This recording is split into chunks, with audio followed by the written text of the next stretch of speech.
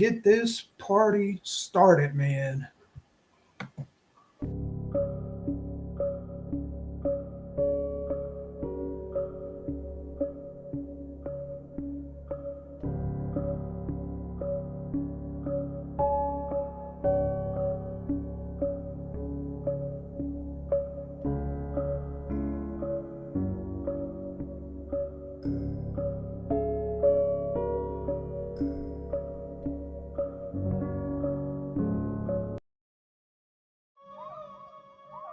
Yeah, it's about that time. You rocking with your boy Damo Unleashed and Sky Black on the Nashville Caveman Podcast. Stay tuned. On the whip with the crystals on the side. Doors flip up, yeah, we call it suicide. Creeping like a spider every time that I ride. Yeah, I smile at my haters just to fuck with their pride. I'm all so dope that they true tell a lie. $1 million dreams make a broke nigga high. Dudes get mad when they really say hi. The paint so wet that it make a pussy slide. Some rooftop with the wood grain grip. Ain't even raining, but the paint still drip. I'm not even traveling, but baby, I'm a trip. So she riding up the mountainside just to see the tip. Top of the world, that's what they ain't wanna be. Riding in a battle, man, until my legacy. Crystals on the chrome, yeah, the body so G. I'm a stunt so hard, niggas can't stay. What is going on, y'all, man? We back! Another Tuesday, man. We back. Welcome to the Nashville Caveman Podcast. I am one half of your host, Damo Unleashed. Welcome. I'm going to go ahead and roll out the red carpet for a good friend of mine that I consider like a brother. The floor is yours. Thank you, Damo. I'm glad we're here for another Tuesday. We made it to see another week. You know, Tuesday is the best day of the year. Don't forget, later on tonight, the D-Bling Radio Show from 7 p.m. to 9 p.m. Central Time. Replay from 9 p.m. to 11. That's at offtoprecords.com. offtopradio.com. offtopradio.com. And don't forget to stream the music at offtoprecords.net. So, you know, if you need streaming, if you need radio play, come holler at me. You got music videos, you need an interview, holler at Damo. Again, congratulations to our very first winners of the Soul Driven Artist Female and Male of the Year Awards. Congratulations to them. Have they received their trophies yet or no? I'm going to give them their trophies at the beginning of January. Right now, gotcha. we getting the money out. So, Absolutely. The female is out the way. You know, the big boss man, he got 300. I got to send him another 2. So, saddling up with the artists financially, because, you know, I think artists need to be rewarded financially. It is very important. They don't have really any awards, not many that do that for independent artists. And so I wanted to take care of that first. The trophies, get them in January. So, and then January is when we start this whole thing all over again. So I'm excited. 2025. Absolutely. 2025. So how you been, Damo? How's your week? Man, life is going by so quick. Can you believe that literally in 22 days, we're going to be in a whole nother year? Where has the time gone, man? Christmas is in like 2 weeks. Absolutely. But the best day of the year is coming in 2 days. My birthday, December 12th. All right. Scott, how you doing? Shouts out to happy Scott. birthday. Shouts out to Demolition Pro Wrestling, man. I hope y'all guys up there are having a great year. Yeah. So December 12th, be my birthday. Absolutely. Nice. You got any plans? So man, just to be on the other side of the ground. Right. To be on this side of the ground. That's it. You got the same attitude and approach that I got. Absolutely. Maybe this weekend I'll get together and do something I ain't done in a while, like go to a movie or go get a massage or a salt cave. Have you ever been in a salt cave? No, what is that? Yeah, it's where they go, and for people like me who suffer from sinuses, the salt cave helps open up my sinus cavities and things like that. And then they had this little thing where you put your feet in the water and it drains all that negative stuff out of your body, and then they have the massages, and I mean it's a nice set. There's one in Murfreesboro, I think there's one in Mount Juliet, I believe. Oh man, you gotta hit me on to that. I will send you the link to that. It's good. It is absolutely great. And that's something that sounds like it's much needed too. For all the stressed men that we all go through, that sounds like it's something much needed, man. Is it like a sauna? Hold on. Hey, Scott, tell your whole family, man, Happy New Year and Merry Christmas. I think they have a sauna part too. Like it's a building that has multiple rooms. So depending on what you pay for is what you want to do. Gotcha. Yeah. Gotcha. Okay. So the one we went to, I will get the name and link for you and see if you and your wife might enjoy something like that. Man, we definitely would. So how is it, man, growing up with your birthday being almost, so you saying it's in 2 days, literally 2 weeks before Christmas. Absolutely. Did you like it like that? Or, did you kind of feel like like a lot of parents, a lot of my friends I know are associates whose birthdays was in December. Mm-hmm. Their Christmas gifts and birthday gifts was kind of one and the same. Absolutely. That's how mine is. Even to this day, I just talked to my mama. That's what she told me. Your Christmas gift and your birthday gift is all the same. So for all my life, it's been that same way, right? Yeah, and my stepdad, his birthday is actually on Christmas. Philip Johnson, his birthday is on Christmas. So imagine somebody like that. Then I have a friend. I think her birthday is either before Christmas or the day after Christmas. So so I don't know. All of us close around Christmas babies. As we got older, it was one and the same. When I was much younger, then I got something for my birthday, something for Christmas. But as we got older, it was one and the same. Man, that is crazy. That's just like my oldest daughter. Her birthday is January 11th.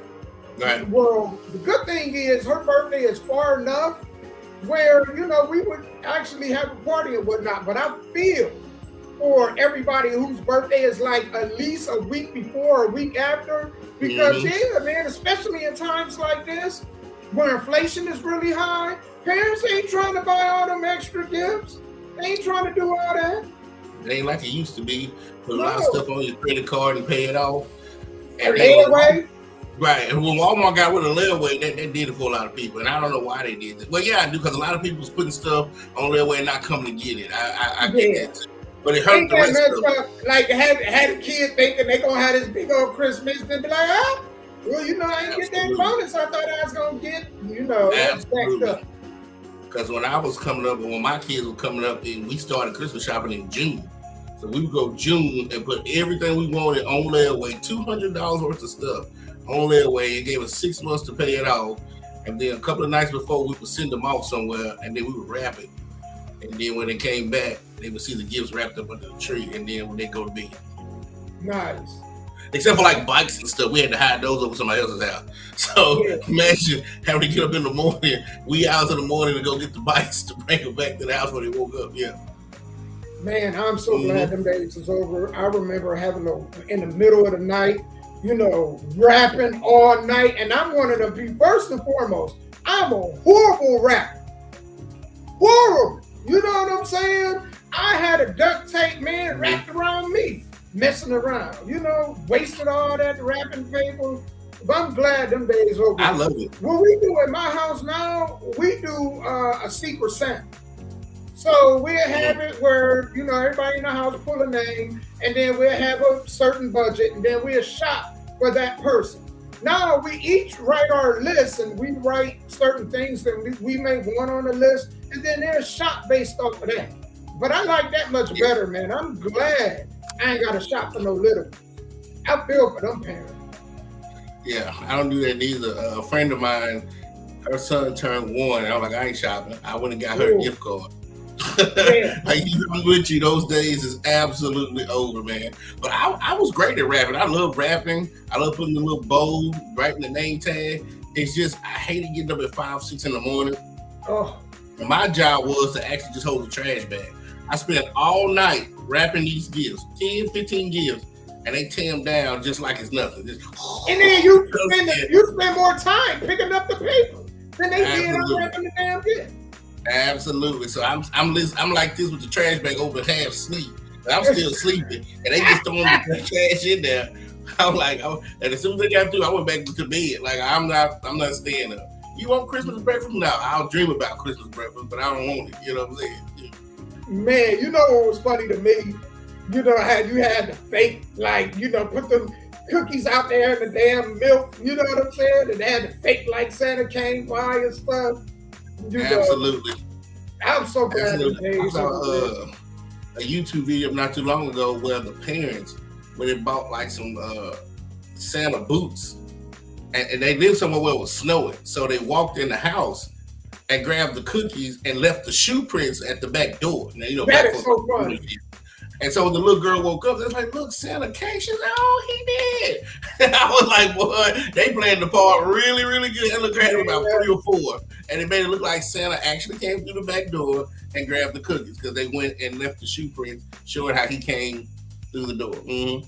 So there was snow inside my dad the did something like that one year. Huh? My dad did something like that one year. But it was funny. It was totally different. It wasn't. I don't think they did it on purpose. You know what I'm saying? You know, back then the adults used to fight and drink and do whatever. Right. So our back door, we had like the little wrap that go on the door, and we woke up and our door was tore up. The wrap was tore up. The paint was chipped off the damn door, and we like, dang, Santa. And you know, they told us this whole story. Yeah, man, Santa, you know, he had to break in to get in because, you know, I accidentally locked the door. And here it is. These were some drunken dogs fighting. But we done little kids, we ain't know no better, you know. The whole Santa thing. But then one day we like, well, how the hell Santa gonna come? I was up all night and we ain't got no chimney. But we figured that shit out. You know, project kids, man, we got questions, you know. Absolutely. And then what age do you tell your children about the fiction and fantasy, right?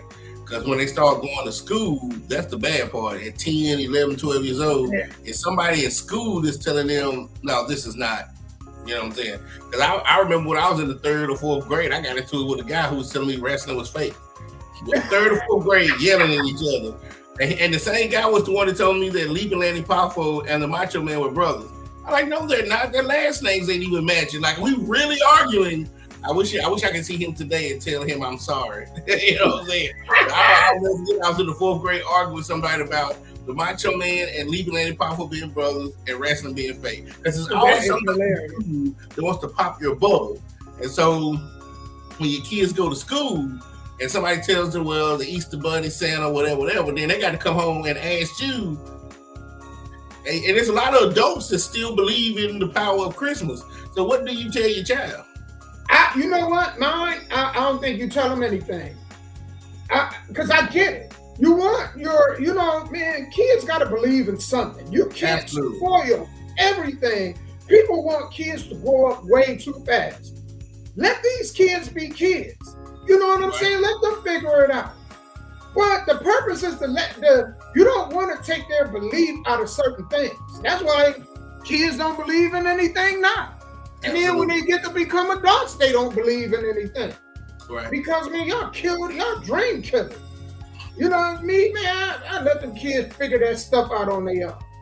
They figure it out, or basically, like you said, what's going to happen is one of these other kids going to ruin it. You know what I'm saying? You know, because their parents ruined it for them, and they going to come to school and ruin it for your kids. So absolutely. Ruin it for your kids. Welcome to public school. Yeah. Absolutely. And that's what happens. So, yeah. But then again, I know a lot of adults that I guess still believe in Santa, right? So they get up and wait and put the cookies out, and I'm like, okay. But I don't say nothing to them neither. I'm like, if that's what floats your boat, then it's fine. You know what I'm saying? Yeah, it's gonna come.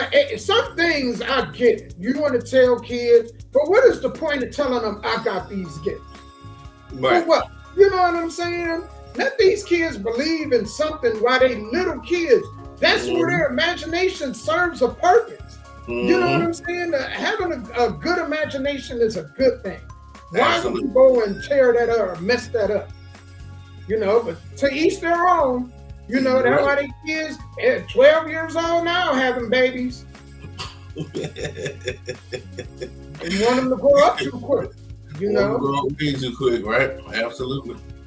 Speaking of growing up too quick, you know, like I just said, what do you think about the whole Jay-Z thing? Now they own Jay-Z talking about, man, his R word, a 13-year-old. Imagine that. And he got a daughter about that age. Having to explain that. But what I read is it was him and Diddy had assaulted this 13-year-old girl. So yeah, I've seen that. What are these two big grown men gonna get out of a 13-year-old girl assaulting her? Like, I would see if they assaulted like a 28-year-old woman. What are you gonna get out of a 13-year-old girl? So I don't know. I think Diddy probably just making shit up to get out of jail now. That don't even sound right to me. I wonder when did this happen? Is this something that they said supposedly happened in the 90s or in the 2000s? Long time ago. Right. This is before he was after Aaliyah and Beyonce and all this old stuff. I'm thinking, I don't know if he did like a sexual assault or what. You know what, Sky? I think they need to come down harder on these parents. These parents, because I'm like, I was talking to the wife and I was like, what is a 13-year-old doing at one of these parties? She lied about her age. Yeah, but how? Somebody got to be responsible for her being there. Why aren't they coming on that person? Why isn't that person's being sued? Why isn't their name in this law? And then why isn't you suing them for money? Why aren't you going after them criminally if this happens? Why is it always got to be a lawsuit for finances? Absolutely. I always wondered that too. I don't know if it's the society that we live in. You know, we live in like a totalitarian country or a communist country where parents have that much freedom to let their kids do whatever. But when you live in a democracy, some parents they don't care. That's how they was raised, with all this freedom. So they allow their kids to be raised with all this freedom. So it's just a generational cycle. You know, it's the same thing with R. Kelly, with the whole R. Kelly, all of that. Like, why would you let an underage child even deal with a grown man? Because the mama, did you see the mamas of the girls? They didn't care. They knew that those two girls was over R. Kelly's house. Yeah, they never filed for kidnapping charges. That's right. Yeah, he even said that he was financially taking care of the girls and the mamas. The same with Aaliyah. You know, man. You know, now the parents went and got the publishing rights. Right? I think they got R. Kelly's publishing rights. But it's like, why would you even put your daughter in a scenario where she would have grown man? For some money. But it's not shocking, because a lot of these, I'm going to say it, and I know some people going to get mad, but I think most of these kids are had for financial reasons. Of course. It ain't got nothing to do out of love. You know what I'm saying? It's all for finances. Hey, the old folks told me the reason we were born was to take out the trash and cut the grass. Because they didn't want to do it. Crazy? Yeah, because a lot of them were women. So you had kids and grandkids to take out the trash and cut the grass. I think they need to go, and these parents or the handlers, managers, whoever it is, when they allow these kids, I don't care if somebody knew her age, she shouldn't have even been able to be at the event. You see what I'm saying? Because I'm quite sure she didn't drive herself there. You know what I'm saying? And you're not checking for IDs. And anybody know, like when somebody underage, man, a 13-year-old, and I know some 13-year-olds progress faster than others.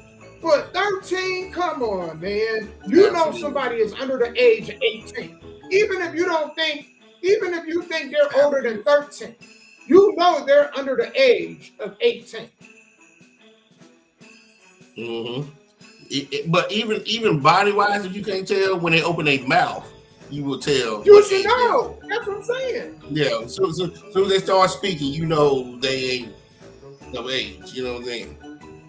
Right. And so I don't think it should just be on Jay. It's a whole lot of people that need to, if you know, and I feel like this also. And Sky, I wanted to ask you if you know your thoughts on this. There needs to be an established criminal case, right, before you can go after somebody financially. Like And with OJ. that's the key word. Huh? No, that was the key word, financially. Go ahead. Yeah, because OJ, they went after him criminally first. That was, you know, that case was handled. Then they went after him, you know, with a civil lawsuit. So the criminal was first, and then the civil. I don't understand how in these situations the civil suit comes, and then there may be a criminal case or not. But I think, like in Deshaun Watson's case, right? It was established that there wasn't enough evidence to charge him criminally, right? But at least they established that first before the civil suit came. I don't think you should be able to go after somebody civilly before you go after them criminally.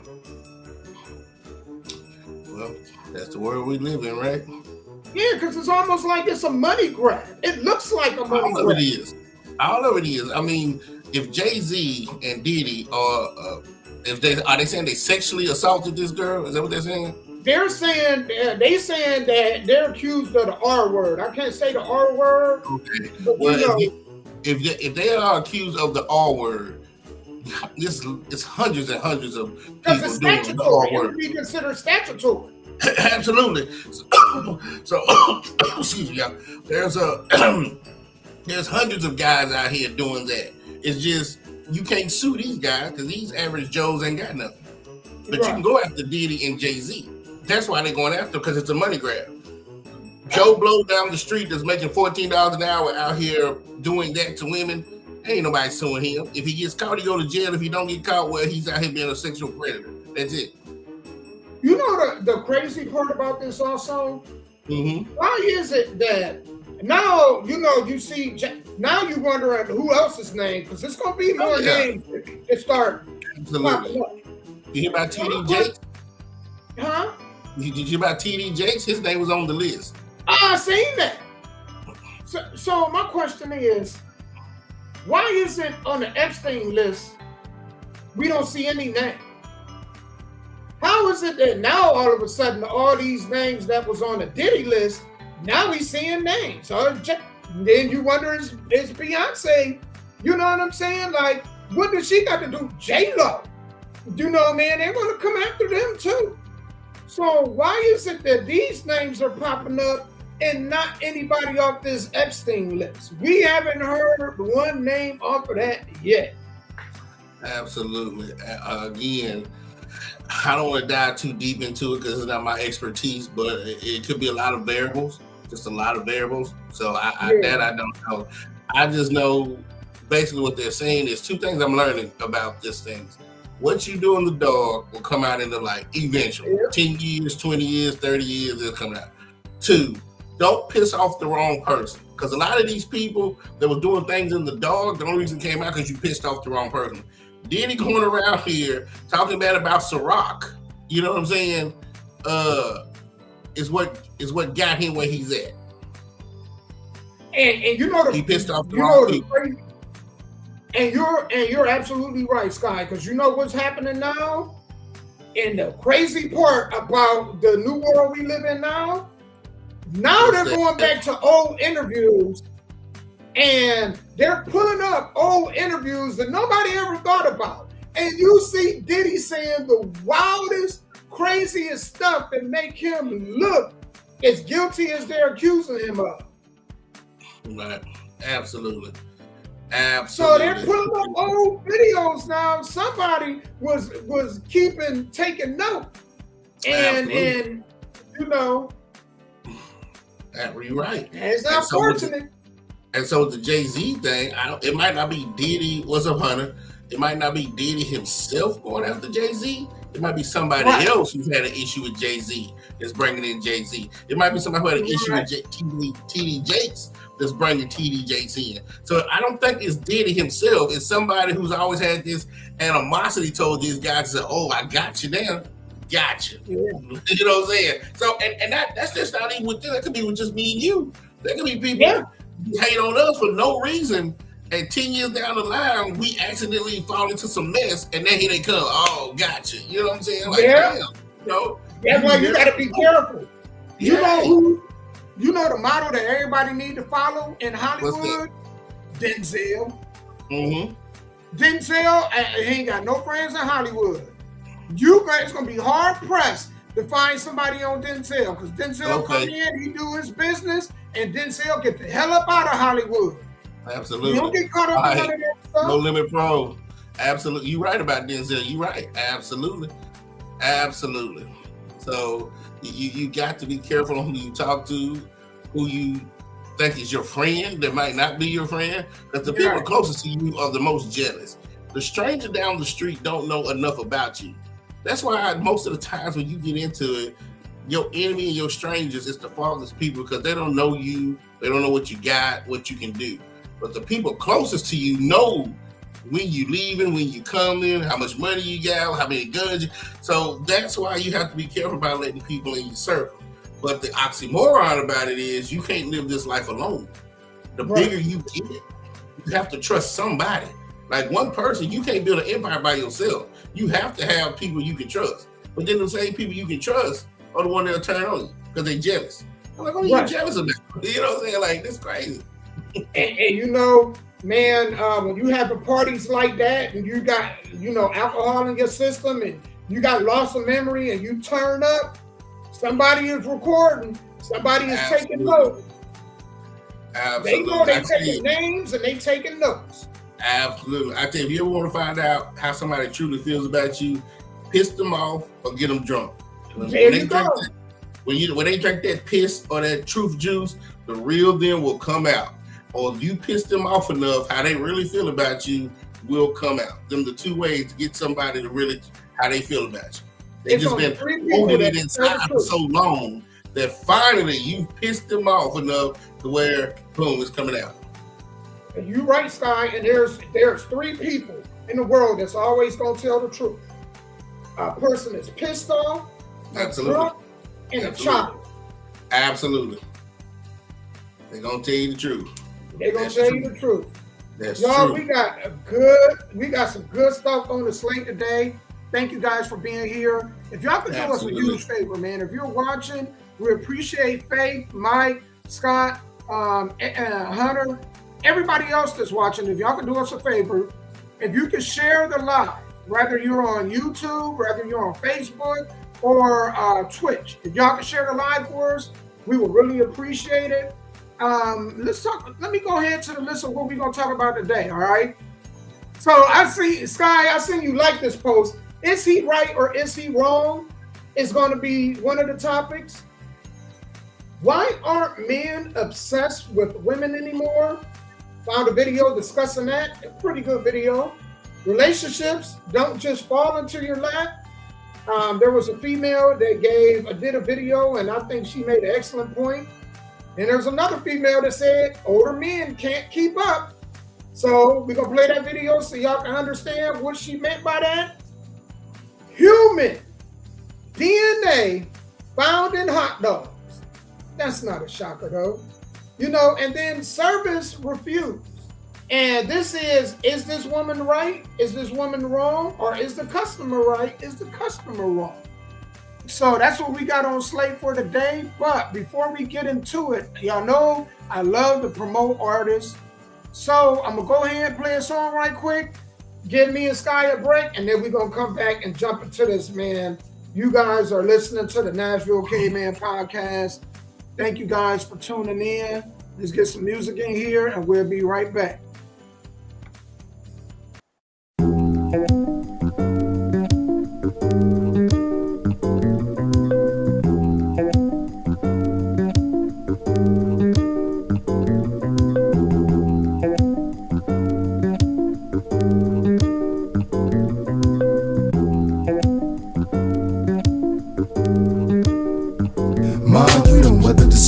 Gave me life in another form. Sexing you be like crazy, like a part of a poem. Born to lead a leader, hugging her when I greet her. How does it feel to have a man to know just how to treat you? Make you feel good, don't it? Wanna get out and flown it. I know your nerves be getting bad, cause I be getting on it. That's why whatever you want, I go get it, no matter the cost. Your friends be dropping us off, but I'm playing them off, cause they don't mean nothing. They just be running their mouth. They just mad, cause they live in the bricks and I live in the house. And we hustle hard for that, and we ain't going back. They just don't know what I went through to try to get where I'm at. Just think back to that shack and that old ass lack where you used to hit the block every day trying to get off that pack. When I was poor, broke, ass out, didn't wanna go home. You was the only one that had strength to keep me strong. That's why it's you and me, you and me, you and me. Out of the game, you're out of the game, yeah. You and me, in and out of the game, yeah. I can go back, love. I can't go back, love. I can go back, love. I can go back, love. Oh, baby, like Jodeci forever, my lady. You and me and you, what the deal? Between both of us, you know we sure to make a meal. Can you feel what I'm saying? I not fall on my knees to pray.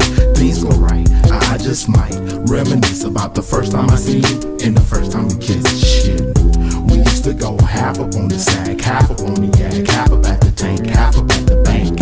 We used to hit licks together, flip together. Shit, we went from chips to cheddar. Who better? Trying to be a foundation for us to build. From the bottom to the hills, from the ocean to the fields. Ain't you real? That's why I feel the way I feel. The sign sealed, delivered sincerely, we will. I can hold back love, I can go back love, I can go back love. Love, you and me, out of the game, you're out of the game.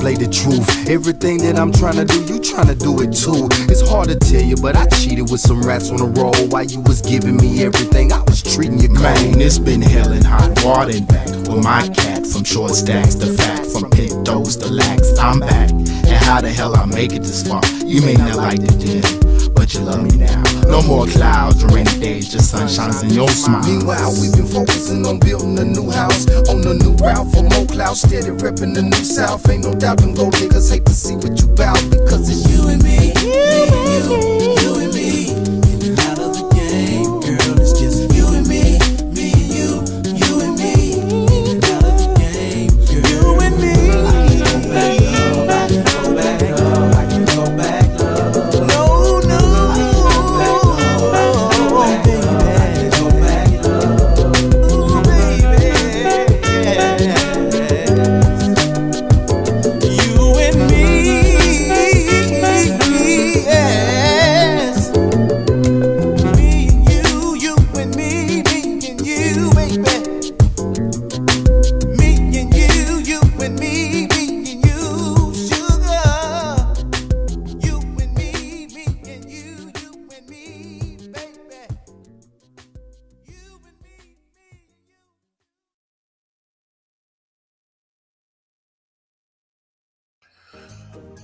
All right, y'all, we back, man. That was Nitty the Hitman out of Nashville, Tennessee. Shout out to Nitty, man. That's one of my favorite songs out of all the songs that was, that all the artists input or sent to me. That's one of my favorites. So shout out to Nitty the Hitman out of Nashville, Tennessee. Sky, man, we gonna go ahead and do this, right? So I was watching this video and this dude was just talking about. And I guess a lot of women was asking him, why aren't men obsessed with women anymore? And so without further ado, let's hear what this guy, man, had to say about this. And then, man, Sky, we're going to go ahead and talk about it, all right? All right. Why are men not as interested or as obsessed with us anymore? Obsessed is crazy word. I get this question a lot, and I wouldn't say that men have stopped being interested. What I think is, we've had our perspective and our priorities reset. In the past, men chasing behind women they probably couldn't even maintain was a badge of honor.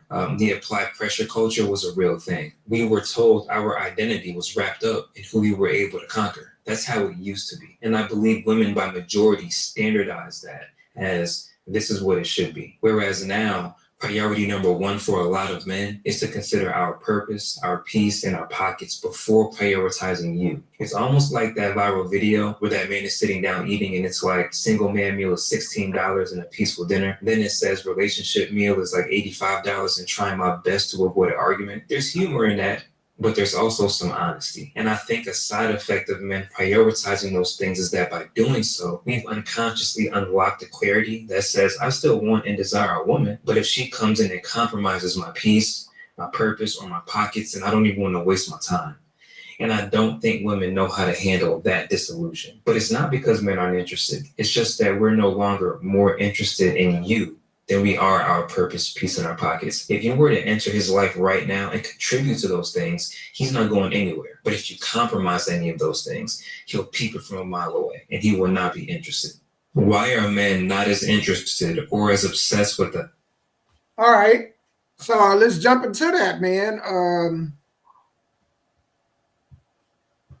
Why don't you think? Because, like when we were young, man, I know when I ain't do nothing but chase little girls. You know what I'm saying? I chased females from elementary on all the way on, right? But I think the older I got, man, it slowed down, right?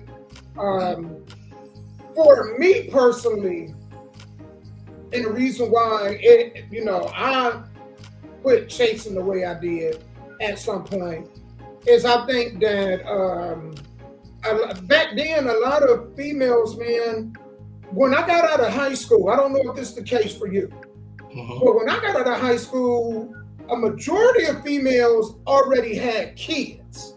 Absolutely. They already had kids. So it was hard to even find somebody that I ain't got no kids. I want to look for somebody that ain't got no kids back then. And that was hard in itself. So I think, man, a lot of females are promiscuous and it just ain't even worth it.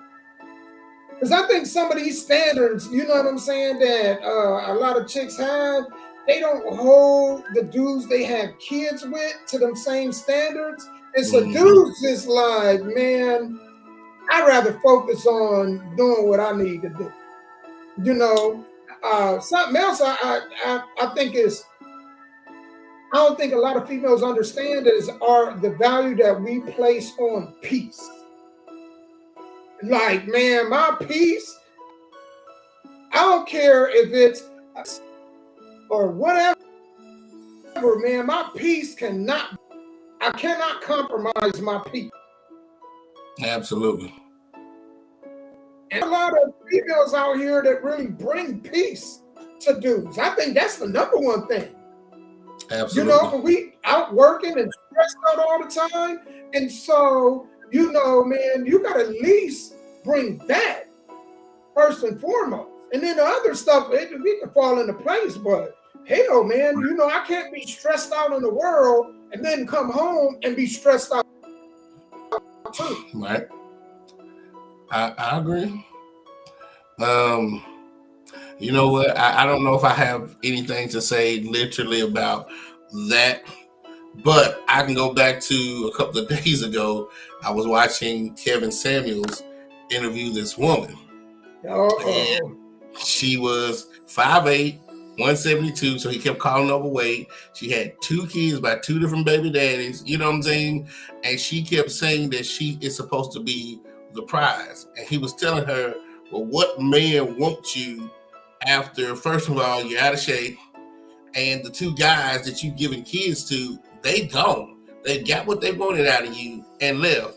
And so you want a guy to come in and take over with their responsibilities and do the things that they're supposed to do, and they got to do it for free and leave. He has to stay and now maintain a household for kids that is not his. So when you said that a lot of these girls had kids coming out of high school, I never thought about it that way, but I think I felt that way. See, Kevin Samuels had to say it verbally. I think I felt that way because when in high school, they were the cheerleaders and the popular girls, but they never learned about life. As soon as they stepped out of high school, now they on drugs, they pregnant, they got 15 baby daddies. And I'm with you, I was like, that don't sound right. Even in elementary and junior high, I wasn't thinking about no damn women. I was thinking about my Nintendo, my Doritos, my Pepsi. That's what I was thinking. I couldn't wait to come home and play pro wrestling and Mike Tyson's Punch Out, things like that. I wasn't thinking about them. And then even in high school, you start thinking about them. You have to ask yourself, is it worth it? But I'm kind of glad I waited because like Kevin Samuel said, the best thing you can do for a man is give him a child. Well, these kids, and for them it wasn't worth it. They left. So you're not even married. So what good man is going to come in, spend his time, money, and resources on you and 2 kids that's not even his? So you're not the prize. They're the prize. The man is the prize. So that's how I feel now about what we're talking about. I don't believe women are the prizes anymore. I believe the man is the prize. Of course. And I want to say this too. Let me add this, right? The whole weight thing wouldn't be an issue. It wouldn't be an issue except for a lot of these women have, like, if you have standards, right? If you're going to tell me that I'm too short, like I'm 6 foot, but if you're going to tell a man, he too short because he 5'8" for you to date him, right? Are you going to have these standards? You can't then turn around and be upset at him for having standards too. Absolutely. Saying, all right, well, if I'm going to put at risk, because a lot of, let me go back and then come back forward. Mm-hmm. A lot of females don't understand this. When we get married, cheat on us with our brother, literally have a kid with him, turn around, divorce us, and get half of the asset. Am I right? Right. Because the court system and family court favors her. Absolutely. So, either or, he or her, once he say I do. You know what I'm saying? And a lot of paperwork, man, people don't, a lot of paperwork, right? Like people like, you need to sign this and you need to fill out that. There's ways that they get around. Mm-hmm. So literally when you get married, the man is literally at the mercy of the woman. She unhappy, she take the house, take the cars, take the kids. You know how many men out here homeless because they got married to the wrong woman and she literally financially broke them? Mm-hmm. So when men are seeing these stories and they seeing this stuff and they like, I don't want to go through that. You know what I'm saying? I don't want to deal with this chick.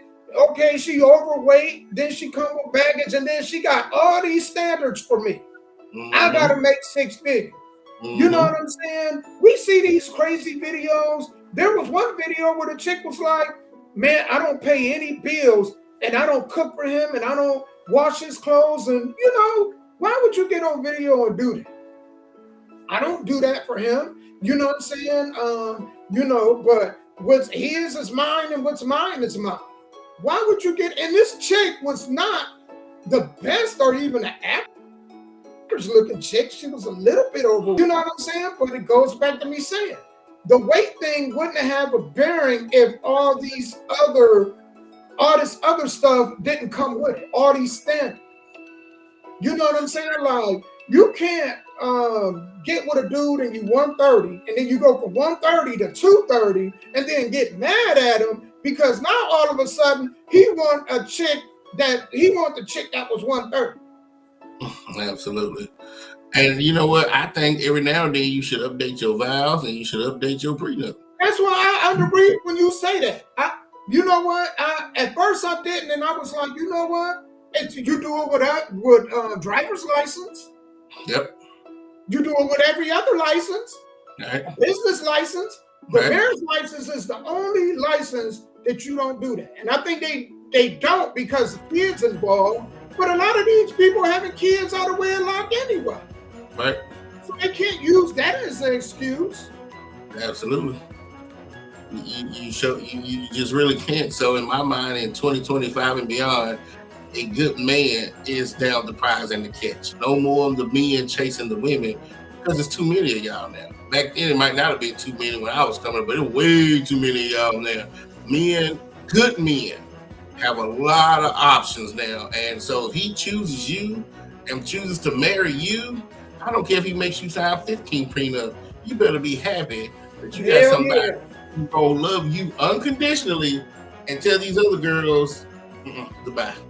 You know what? I seen the video and I was like, man, that's intriguing. And I was like, that's interesting. Where the dude was basically saying that men love unconditionally and the majority of women love with condition. Now, there are some women that love unconditional, but the majority of women, I think, love with condition. Men, when men marry, when they fall in love with a woman, it's unconditional. Because when the dude say, will you marry me? Knowing that there's a chance that if she's unhappy, whatever he worked for, she could get half of it. Even if he got a prenup, that is unconditional love. He's saying, oh, it's at risk. But I love you to the point where I'm going to marry you anyway. That is Absolutely. Because if it don't work out, the one that's benefiting is the woman, man, not the dude. Unless the woman's is unstable. And nowadays, interesting point. I can see why a lot of dudes aren't obsessed anymore, man. You know, you used to be able to get that old way back. You get a majority of females was virgins, or they maybe only had one or two bodies on. Nowadays, man, they you know. Absolutely. And so, y'all, we gonna move along.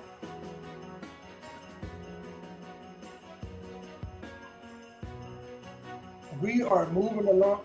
Got some other good stuff, man. I wanted to go ahead and hit on. All right, so Sky, this is the next one. All right, let me cut this music. Is he right or is he wrong? We're gonna listen to this young lady made a comment. She made a statement, and now the dude, and I think he made a good point. I'm trying to cut this music. Hold on.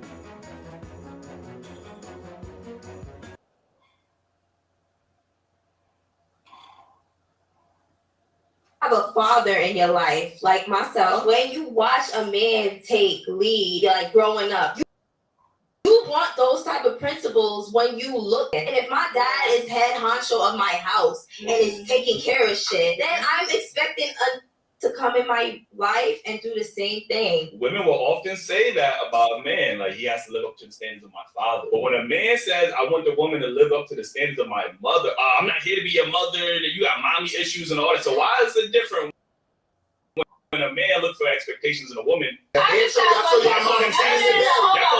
have a father. So, is he right or is he wrong? Yeah, it is a double standard, but in life, there's double standards on everything. There's not too many things that you can name in this world that's not a double standard when it comes to men and women, right? So that's just a double standard that favors women because in certain industries, there's a double standard that favors men. So I've learned that through my life. Some roads I can go down and it'll favor men. Some roads I can go down and it'll favor women. So in this narrative that we're talking about, the double standard favors the woman. Right. And I just wanted to say that he was right in his assessment, right? And Sky, you're absolutely right. There is a double standard. You know, men, for women that got fathers, they hold the men, even the fathers, hold other men to the standard in which they set for their child. Right. But when you flip that role, it's not the same. You know what I'm saying? Like, you know, and you know the funny part is, here's the funny part, and I gotta cut the music for this. Because what he just said, right?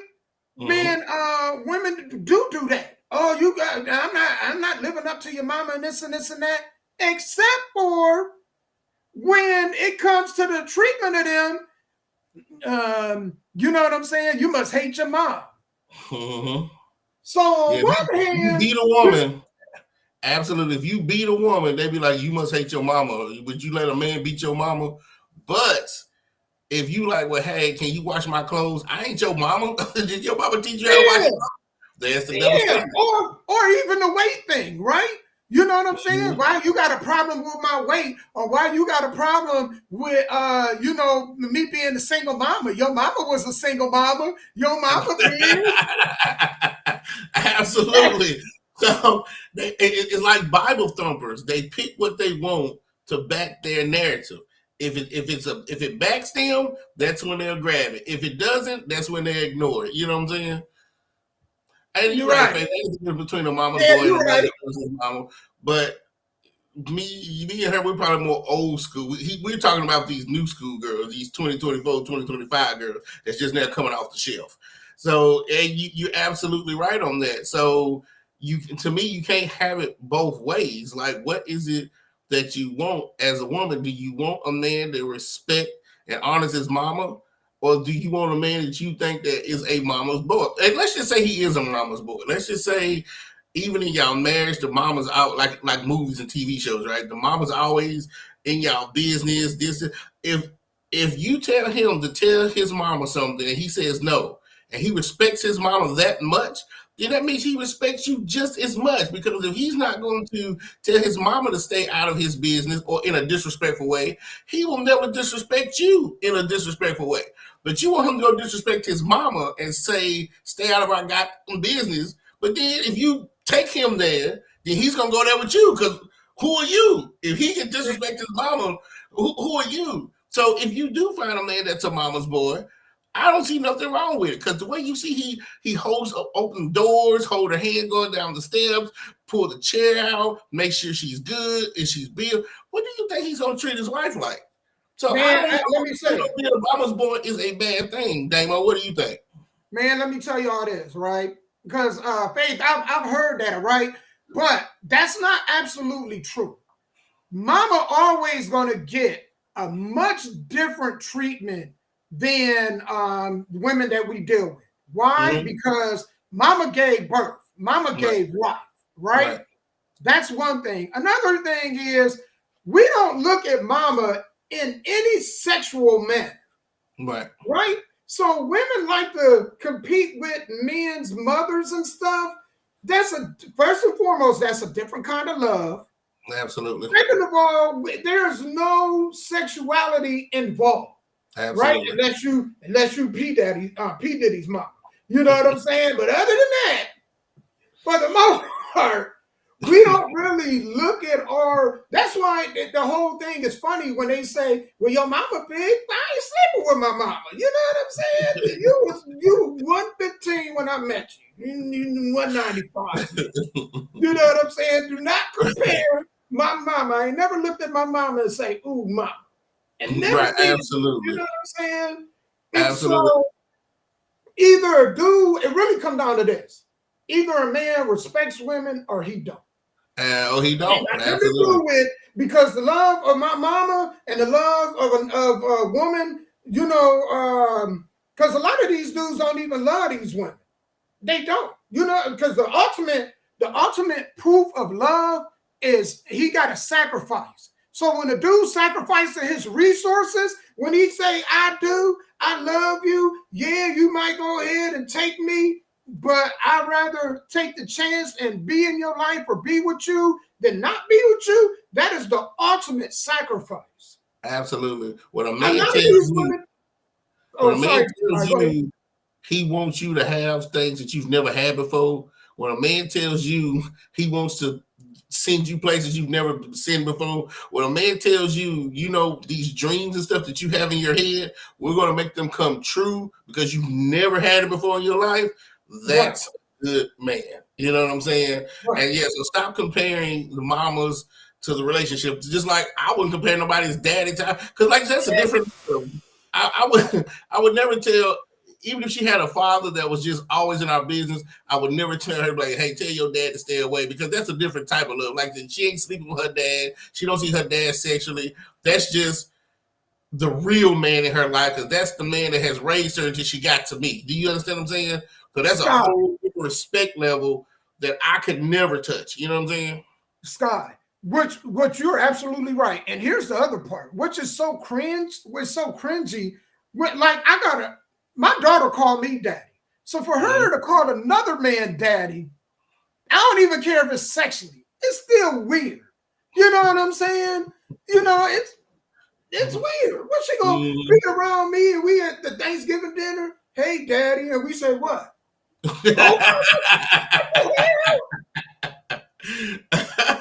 Yeah, it would be kind of weird, right? The turkey might even see them. You know what I'm saying? I mean, the chicks, and you know the weird part is they would try to argue and make that a point like that's really a thing. You know how weird that is for, you know, the females that literally have a daddy that's involved to call another man daddy?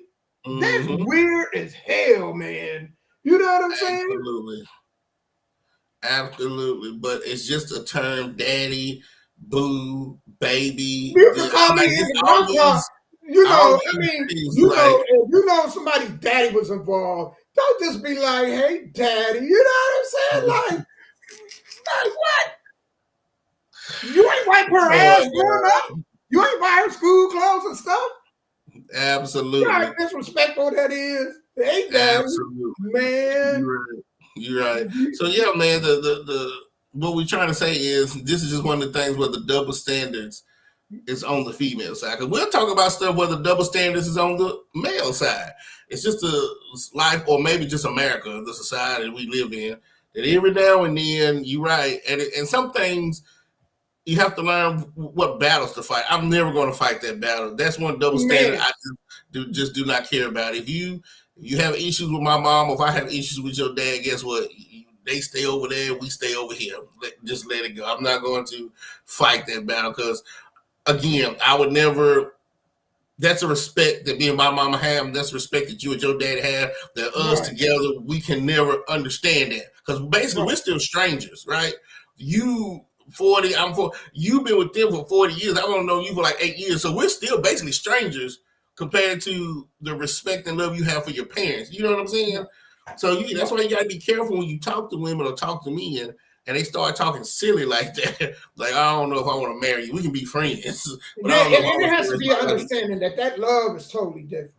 Yeah, you know it's totally different, man. So, you know, you're talking about one person giving you life. Absolutely. That's like, I ain't going to compare my parents to Jesus. I ain't going to do it. You know what I'm saying? I know better. That's a different kind of love. Absolutely. You know? Absolutely. And so that's why I just say it's just a double standard, you know, let that go. And if you have people who are close to their parents, enjoy that because you only get one mama, you only get one daddy. So if he is a mama's boy, let him enjoy that because when God takes her, it's over.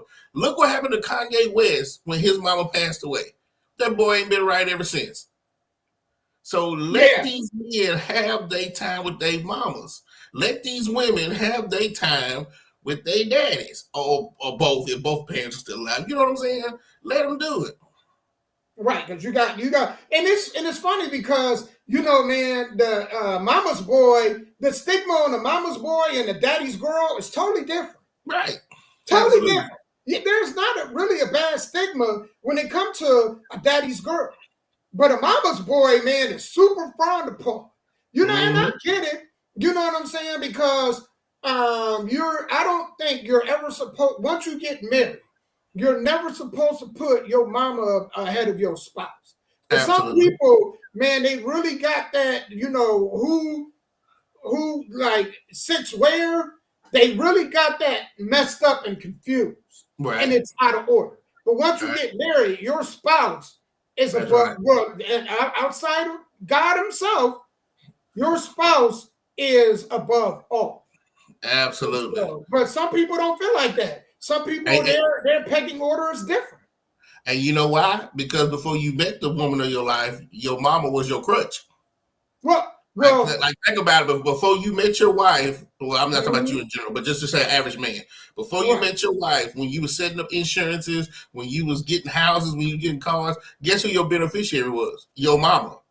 Now, since you got married, now the future will be your wife. But then you can go back and say, well, the old stuff, do I change it and leave it as my mom and take it to my wife? Or just leave it the way it is and then the new stuff go with the wife? So before then, before you met your wife or the love of your life, your mom was the person who fed you, clothed you. If you got fired and you needed a place to live, you went back home and lived. She took care of you until this woman could say, hey, tag me in, I got you. So I can kind of but you know what, Sky? I think that could be a little bit of an issue too. Because a lot of these moms turn their sons into husbands. Some do. They son husbands, man, and they treat their son like they would treat a husband, and that's the problem. Absolutely. That's why if you have kids, especially sons, you want to get a man in some capacity involved in their life, because if not, you're going to ruin them subconsciously without even knowing that you're ruining them. You know what I'm saying? For whatever possible life they may have, down the line with another woman. You know what I'm saying? They treating you like they should be treating a woman. And that's where I see where females have an issue with the whole mama boys thing. Because you don't really see daddy girls really doing that. You don't really see them really do they know there's boundaries. They're daddy girls, but they know there's boundaries. I think with a lot of mama boys, they don't really understand that, because logically, a man will explain to his daughter that there are boundaries. Women, they don't really do it. Everything's emotional. So they don't really sit down, I don't think, for the most part, and have them conversations. That, hey, you know that your wife come first. Mama gonna be all right. You know what I'm saying? My job was to raise you to be a man. Now it's, you know what I'm saying, your job or your time to go out and be that man for the wife that you've chosen. Right. I don't think a lot of mamas do that. So that is where that issue is. And that's why there's, it's looked at different, mama boy, daddy's girl. Absolutely, right. And the times that we live in with some of these sick ass men, I prefer a lot of y'all women to hopefully have great relationships with your dad, or if you really, really tight with your dad, because a lot of these men, they wolves in sheep's clothing, and sometimes your dad can spot them out before you can. You know what I'm saying? So if your dad is on your case about somebody you dating, he I don't feel this, he don't feel right. Listen, because your daddy was once that age. You know what I'm saying? So man, and then hold on, and then again, a lot of y'all mothers, you can't raise your children not to kick them out of the nest. Because there are some, like you said, there are some mothers that just, you can stay with me till you 50. You don't have to go outside. The sun will kill you. Please don't do that. You bring this child to this world and live in their basement for the rest of their life. I'm sorry, Daniel. Go ahead. No, I was going to say, you know what? I agree with you, because you know what? My oldest, I told her, I said, who's going to have your best interest at heart when it comes to men more than your dad? That's right. Because I'm not looking at you in any sexual manner. So any friends, any mentors, anybody else, you know what I'm saying? You don't know if they're genuine and their advice or their assessment of your situation. Right. But I was like, if you run them through me, you know what I'm saying? I done been there. What Ving Rain say? I done seen it all and I done it all. Mm-hmm. You know what I'm saying? Run them through me. I actually, you know what, Sky? I actually feel like this. I feel like we need to go back to fathers picking the men for the women. Because I think when a lot of these women got to picking on their own, we see the results of it. We see the results. Absolutely. They wanted the freedom to do it because it ain't been that long since. And in some countries, they still do it. So if you overseas, some countries, the daddy does pick the partner for their daughter. So let's not say it's over with. So, but if we did a statistic, Damo, what do you feel? The way we do it here in America with democracy is good, or the way they do it overseas where the parents or the daddy picks the guy and is over there? Well, first and foremost, you know what I'm saying? Like, America really not a democracy. It's really a republic. When they the Pledge of Allegiance, when they say "into the republic for which it stands," you know what I'm saying? It's really a republic. And second of all, think about this, guy. Fathers over here used to pick like you had to. No woman was gonna get with you if the father didn't approve. Absolutely. Right? And so remember when it was like that, where was the marriage? Let's take the Black community, for example. Where were the marriage rates when that was going on? Almost 80%. Right. Look at them now. Right. Ever since this feminine, you know, the women's movement and these feminine rights, ever since, look at the marriage rates now. You used to have more married couples than single parent, you know, man, single parent women or whatnot. Now it's totally flipped. And so I think we should go back. Like with my daughters, I tell them, man, if y'all, hey, run them through me. Because I'm going to be honest with you. I ain't going to lie to you. I'm going to tell you. Now it's on you. You can act on that and take that information and do as you wish. But I'm going to be honest with you. And plus, I'm like, you got the blueprint. You got the blueprint. Any question you ask me, I'm going to tell you. You can ask me, well, how did you meet mom? What did you know? What qualities were you looking for? You literally have a father in the house that you can ask those questions to. The women I feel bad for is the ones that don't. And that's what Faith just said. That requires the father to be involved. Absolutely. Yeah, and that's the problem. And that's the problem. And that's why, and you know what, Faith? And that's why, you know, always when I talk to young people, even my kids, I tell them, do not have kids out of wedlock. Matter of fact, if you're a virgin, stay a virgin. Ain't nothing wrong with it. I don't care if you're 30. If it got cobwebs in it, so be it. You know what I'm saying? Because you want to, I mean, not saying that marriage, it ain't going to last. I don't even like to put that in. Some people say, well, our marriage don't work. That is inexcusable for having a kid out of wedlock. You know what I'm saying? At some point, some generation got to break that curse. And that is why it's important for the fathers to be involved. You know what I'm saying? Because, you know, that's what I ain't had no mom.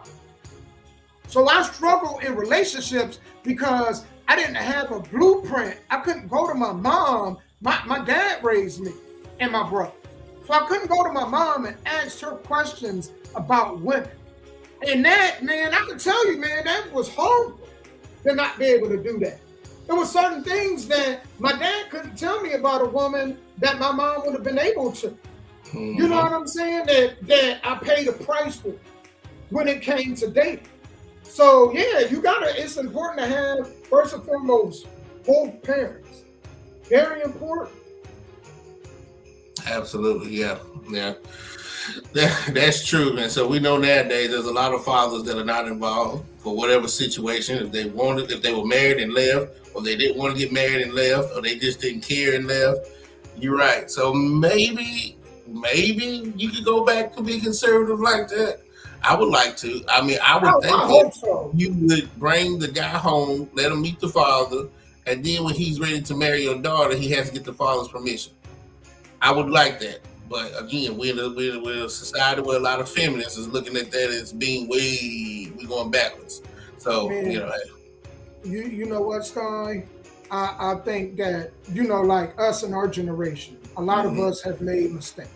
Right. I'm not here to ever throw stones at anybody. People make mistakes. But, you know, there's nothing worse than your kid making the same mistake that you made. Absolutely. And that's the issue. You know, if you make a mistake, man, own up to it, you know what I'm saying? And be truthful and honest with yourself. And then come to your kid and say, hey, I failed, or we struggled, or this and this happened because of this. And just go through and tell them. Right. You know what I'm saying? And tell them, this is the price you can pay if you don't go about it and do it this way. Absolutely. This is what you're going to go through. At least then they can't say they didn't know. Right. Because then when they come back to have that conversation, well, this is what I was telling you. This is what I was telling you. You know, we got this next one, man. Relationships don't just fall into your lap, man. This woman, I think, man, she made an excellent point. I think, I actually want to hear, I want you to hear this, man. Let me cut this music again. Thank you guys for tuning in. If you're watching again, if y'all can please just share the live, man. If you're on YouTube, Facebook, or Twitch, or even on my Bigo. I haven't been on here in a long time. So if y'all can do me a favor, if y'all can share this, I appreciate it. But I think this woman made an excellent point. So let's go ahead and jump into it. Love and romance to fall on their lap. They don't want to go outside. They don't want to go on dating apps. They think that, I don't know, that love is going to be delivered in a box. Oh, yeah. Right? And then so they looked under their Christmas tree a couple of weeks ago and it was not there. And on Valentine's, there's still one. And it won't be there, right? And so you have to make a valiant effort. What the ladies don't understand is that they work hard in their careers. They work hard in their education, their physique, their outward appearance. But they think that, again, this stuff is supposed to just fall into their lap. It doesn't work like that. We're not taught to date. We're not taught how to navigate dating successfully, how to build relationships successfully. You say all the time, it's a skill set. Correct. So you think it doesn't work that way. You have to make an effort. You have to. But it's not going to happen. Or the likelihood is slim to none. Maybe the Amazon man, maybe the leads guy, maybe there will be a guy who will show up on your doorstep. Likelihood is slim to none. So, well, you know, hey, I believe it is a skill set, and I believe it's something you should be taught, right? I was taught in the 8th grade, and I was taught in the 10th grade sex education, right? Right. Why couldn't I be taught what she just said? Dating, marriage. Why is there not a class for things like that? For making sure that you pick the right person, and making sure that you're not having kids out of wedlock, and building a skill set to talk to people, building a skill set to how to date, what to say on the date, what's the first date should look like, what your second date should look like. That's not being taught. Like she said, it's not. So you go through life just figuring it out as you go. And that's why all these babies are coming out of wedlock, because they're figuring it out as they go. You know the unfortunate part? Sky? I don't think a lot of people understand the purpose of dating, relationships. They don't understand the process. Dating, in the dating stage, you're just getting to know somebody, right? Mm-hmm. Once you gather all the information you need to know about them, then you proceed to the what? Relationship part. Mm-hmm. In the relationship part, you're learning more and more, and you're growing more and more, right? Right. And then you go from the relationship part to, is this somebody that I can build a life with? Right? The problem is that people skip steps. First of all, they skip steps. Second of all, they try to be serious when they're young. Why are you 13, 14, 15 in a 2-3 year relationship? Why? You don't even know what you want. You're trying to figure out what qualities you like in a person. You're too young to be dating that young and that long, first and foremost. Second of all, he made a point that I think to get a lot of women in trouble. And ladies, men too, all right? Y'all go ahead and everything that you do, buying a house, you don't need a second party to buy a house, right? Right. You don't need a second person to purchase a car, right? But guess what you do, even to get a career, to go to school? You don't need, now you may have a co-signer, but if you make the choice to want to go to school, you don't need a second person in order to go to school, do you? Mm-hmm. What women don't understand, and what also a majority of group of men don't understand, is that to have a relationship, y'all say, well, I'm going to wait until I do this, and that, and then I'm going to focus on the relationship. The problem is it takes a second person. So you can be ready all you want, right? We seen it with Lisa Ray, Vivica Fox. They thought that they could wait until they're 60 to find husbands. Well, you can wait all you want, but there's still another party that have to be involved. So you can't just pick a husband when you're ready to pick a husband. Or you can't just pick a wife when you think it's convenient for you to pick a wife. You can't just go down aisle 9 at Walmart and pick one. Yeah. They on sale this week, husbands aisle 10. Right. So, but and that goes back to what she said. You just said about all the things we can do by ourselves. And that's me. It's a lot of things in this world I've done by myself. Plus, on top, she said a skill set. So in a lot of these things in the world, if we're not taught about marriage, dating, and relationships, and most of the things in this world we can do by ourselves, buy homes, cars, go to school, buy clothes, go on vacations, then you're right. When it comes to having to do something with a partner that you've never met before a day in your life, who is coming from a whole different walk of life, that's the hardest thing in the world to do. And that's why you should do it early. That's why I'm telling to all the young people watching, do it as soon as possible.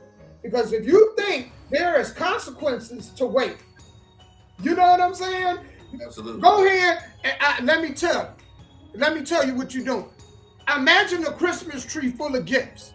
Now you want a specific gift, but they tell all the kids to go get the gifts, and you say, well, I'm just going to wait and see what's left. What do you think is going to happen? All the good ones going to be gone. And that's basically what's happening to y'all. All the good ones gone. Y'all wait till the last minute. What you say? You'll be left with that little bitty box. The little bitty box that it gets lost in the shuffle. With a Save-A-Lot gift card in it? Yeah, with a little Save-A-Lot gift card in it. Absolutely. Mm-hmm. Absolutely. So, yeah. You end up with that Dollar Tree toy. That Dollar Tree toy.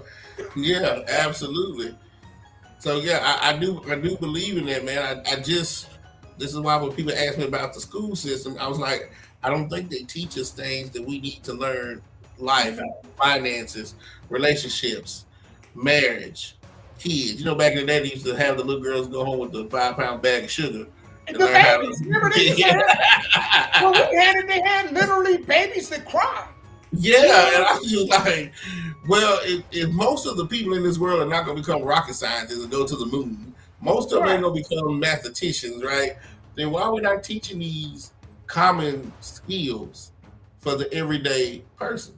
Because the everyday guy and the everyday girl don't have the skills to pick out a spouse or a partner, and that's just real. They're going off of sexual tension. Oh, he's hot, she's hot, let's be together. That's the worst shit to ever do in your life, because you don't have the skills. Because who taught you? Your parents really don't want you to have sex, so they're not gonna teach you. You go watch porn, I guess, or listen to your friends at school, right? So who's really has sat down and taught you how to do these things? And then you in your 40s and 50s going to a sex therapist, learning about yourself. And not only that, but really vet and get to know somebody that you're going to be with. Because, for example, right, why would you want to have kids with somebody that don't like kids? Absolutely. Why would you even want to, at least know if, do the man work with his hands? Can he build something? Is there somebody that got good credit that really take pride in his credit? Or really, stable and go to work every day?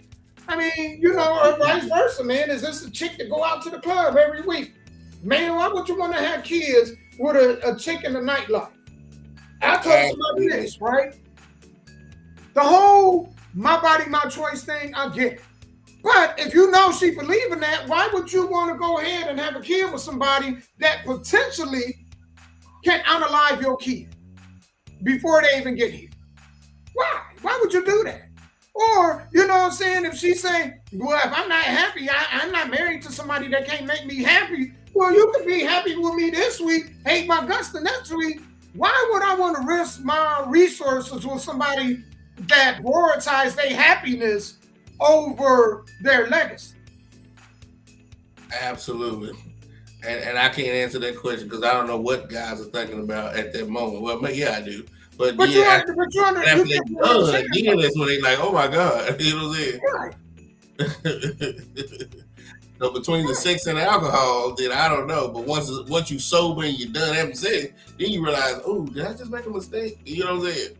So yeah. So that vetting part is really important to get to know somebody. It really is. Yeah. Actually, vetting for your friends, your associates, your jobs, your girlfriend, all that's good, man. And that's why I tell people, don't hide who you are. Whoever you are, let them know up front. So that way, if y'all are not compatible, you're wasting your time. Go. You know what I'm saying? You're absolutely right, Sky. And guess what, Sky? And you can vouch for this. We do it with everything else. Nobody go in and buy a house without actually looking at the house and going up and down and looking at the bones of the house, researching the history of the house, because it's such a big investment, right? Such a huge investment. Absolutely. A car the same way. You're not going to drive without having a mechanic, or if you work on cars looking at it, or look, that Carfax, you're going to pull that Carfax. Absolutely. Right. We don't do it in relationships. It don't make no sense. You're right. But I don't know why it just doesn't translate into relationships. Again, maybe because school systems need to change. Yeah. Look, if they get rid of the Department of Education and take it back to the states, maybe states will say, you know what, these are things that we need to start teaching. Because I don't even know if they still teach home economics in school. We had to learn home economics. They don't. They don't. I didn't even know what coloring was. I didn't know that coloring meant cooking until somebody told me that. She was like, I'm taking a coloring class. What the fuck is a coloring class? It's cooking. Like, I didn't even know that. You know what I'm saying? Basic skills for you to live your life, they don't teach in school. They teach me geometry, algebra, trigonometry. Like, what the hell am I going to do with all this stuff? What am I do with all this stuff? Sky, they've taken out cursive. Yeah. I don't think kids can read cursive. I can, but I don't think a lot of kids can read cursive anymore. I don't think they can write cursive neither. You know the crazy part about that is the Constitution is written in what? Cursive. And then when you go buy a home, you're doing a lot of what? Signing things in cursive. But you get a loan. But before you can get to cursive, you got to get to print. They don't do that no more. I had this big, humongous pad. I had to draw a big A. I had to draw a little A, a big B, a little B. I mean, you had to get there first before you could even learn how to write and read in cursive. So, yeah. But it's a different time. We're in this AI computer technology time. So maybe people won't write in cursive no more. Maybe people do a lot of docu-signing. And I would, man, you make an excellent point. You know what I'm saying? And I think that's where it's more parents have to be more involved. I think we give too much power over the school system, and we have for years, to teach our kids stuff that we need to teach them. Right. You know what I'm saying? Like, people always used to say stuff like, well, why don't they teach Black history in school? Why aren't you teaching it at home? Why aren't you teaching finance? They don't teach them credit in this. Well, why ain't you teaching? And I get it. The parent don't know. A lot of parents don't know. Well, why aren't you putting them in a position in front of somebody that can teach them? Absolutely. Absolutely. Because one thing a lot of parents can do, they can network. They talk all day at work. I guarantee you, your mom at work right now talking to somebody. If your mom is at work, she at work talking to somebody. And then if the guy was like, that guy down there in the hall, he does credit. Well, let me go talk to him and see if he'll meet up with my child one day and just talk to my child about credit. No, we talking about Grey's Anatomy and 911 and Albert Elementary. That's what they talking about. They ain't talking about teaching their kids credit and money finances, all that other stuff. That ain't water cooler talk. They talking about Monday Night Football, stuff like that. And that's the whole issue. You know what I'm saying? And especially in minority families. That's really the case. You talk about stuff that don't have nothing to do with nothing. never finances, or never credit, or never, things of importance. Absolutely. This is funny, Scott. I want you to hear this. And we got into this because this woman said older men can't hang. And this is about to stir up a good conversation. So without further ado,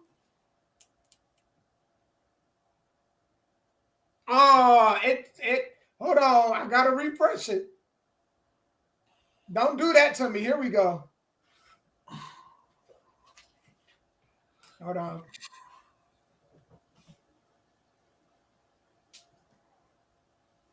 It's saying the audio error. Come on. We got to go back because I got to play this video. While I get to this, let me get a song in right quick, all right? All right. Take another quick break, and I'll get this video in order, and then we will be right back. Thank you guys for tuning in, all right?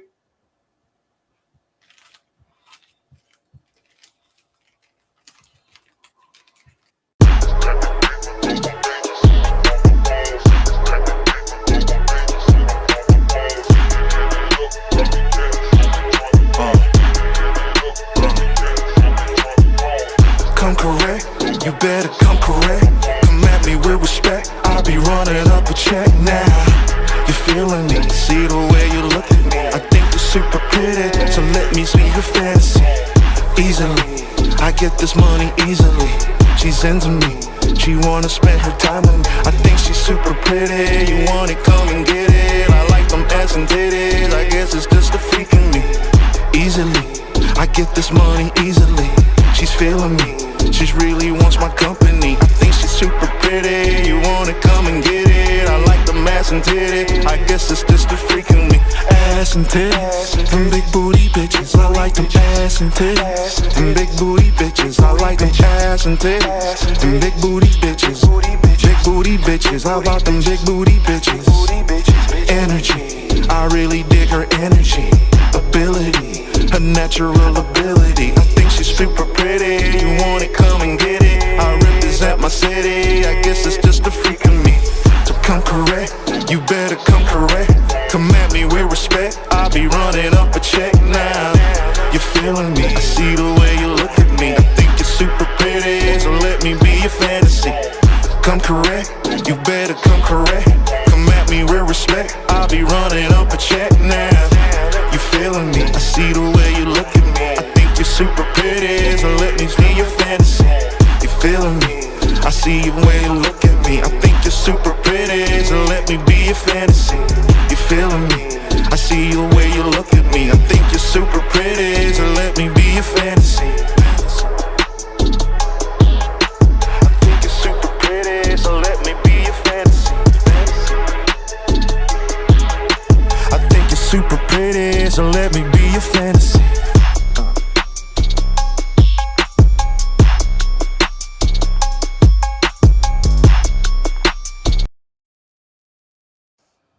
All right, man, we back. So I had to find this video. My laptop on my other side is giving me trouble, right? So I got to do this with my phone. So without further ado, y'all. You think they got all the problems again? Because they're at that, it starts to decline and women's go up. That's why you got all these women sleeping with these young men because the young men can keep up. Y'all put a comment. Let us know if that's true or not. I'm They gonna do buy my research. PlayStations for these young boys, paying for college for these young men because these young men is handling business. Young man, if you're doing that, But you're I a smart can't man. Shut up. Keep doing what you're doing. That's what I used to do back in my day. I promise you, that's what the problem is. Oh, mamas. So what they were talking about, right, is they were talking about, man, these gas stations and whatnot having all these pills for men. We've been in the corner market. We done been in them stores where they got, man, all them pills sitting up on our booze shelf. You know what I'm saying? And we see it. But, man, she's saying that the older cats can't hang. So.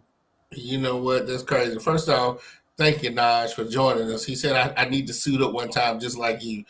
In 2025, I will go get me one good suit and suit up one time to be clean, just like Damo is on the show. Yeah, it's crazy. The reason I ain't done it is because in the hood we call it copycatting, and this was Damo's thing to suit up. So I didn't want him to suit up, then I'm suiting up because in the hood we like, well, why are you copying me? So I'll suit up one time, but I have to do something different because the suits and the clean suits was his thing and his idea. So I just want y'all to know why I didn't do that. You know what I'm saying?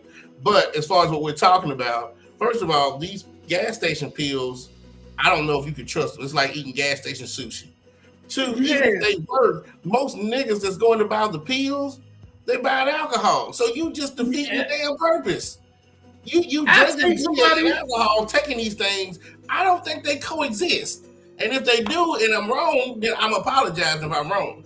But in my mental, you popping pills and you drinking alcohol, I don't think you still gonna get that hard on. You know what I'm saying? So I could be wrong, Damo.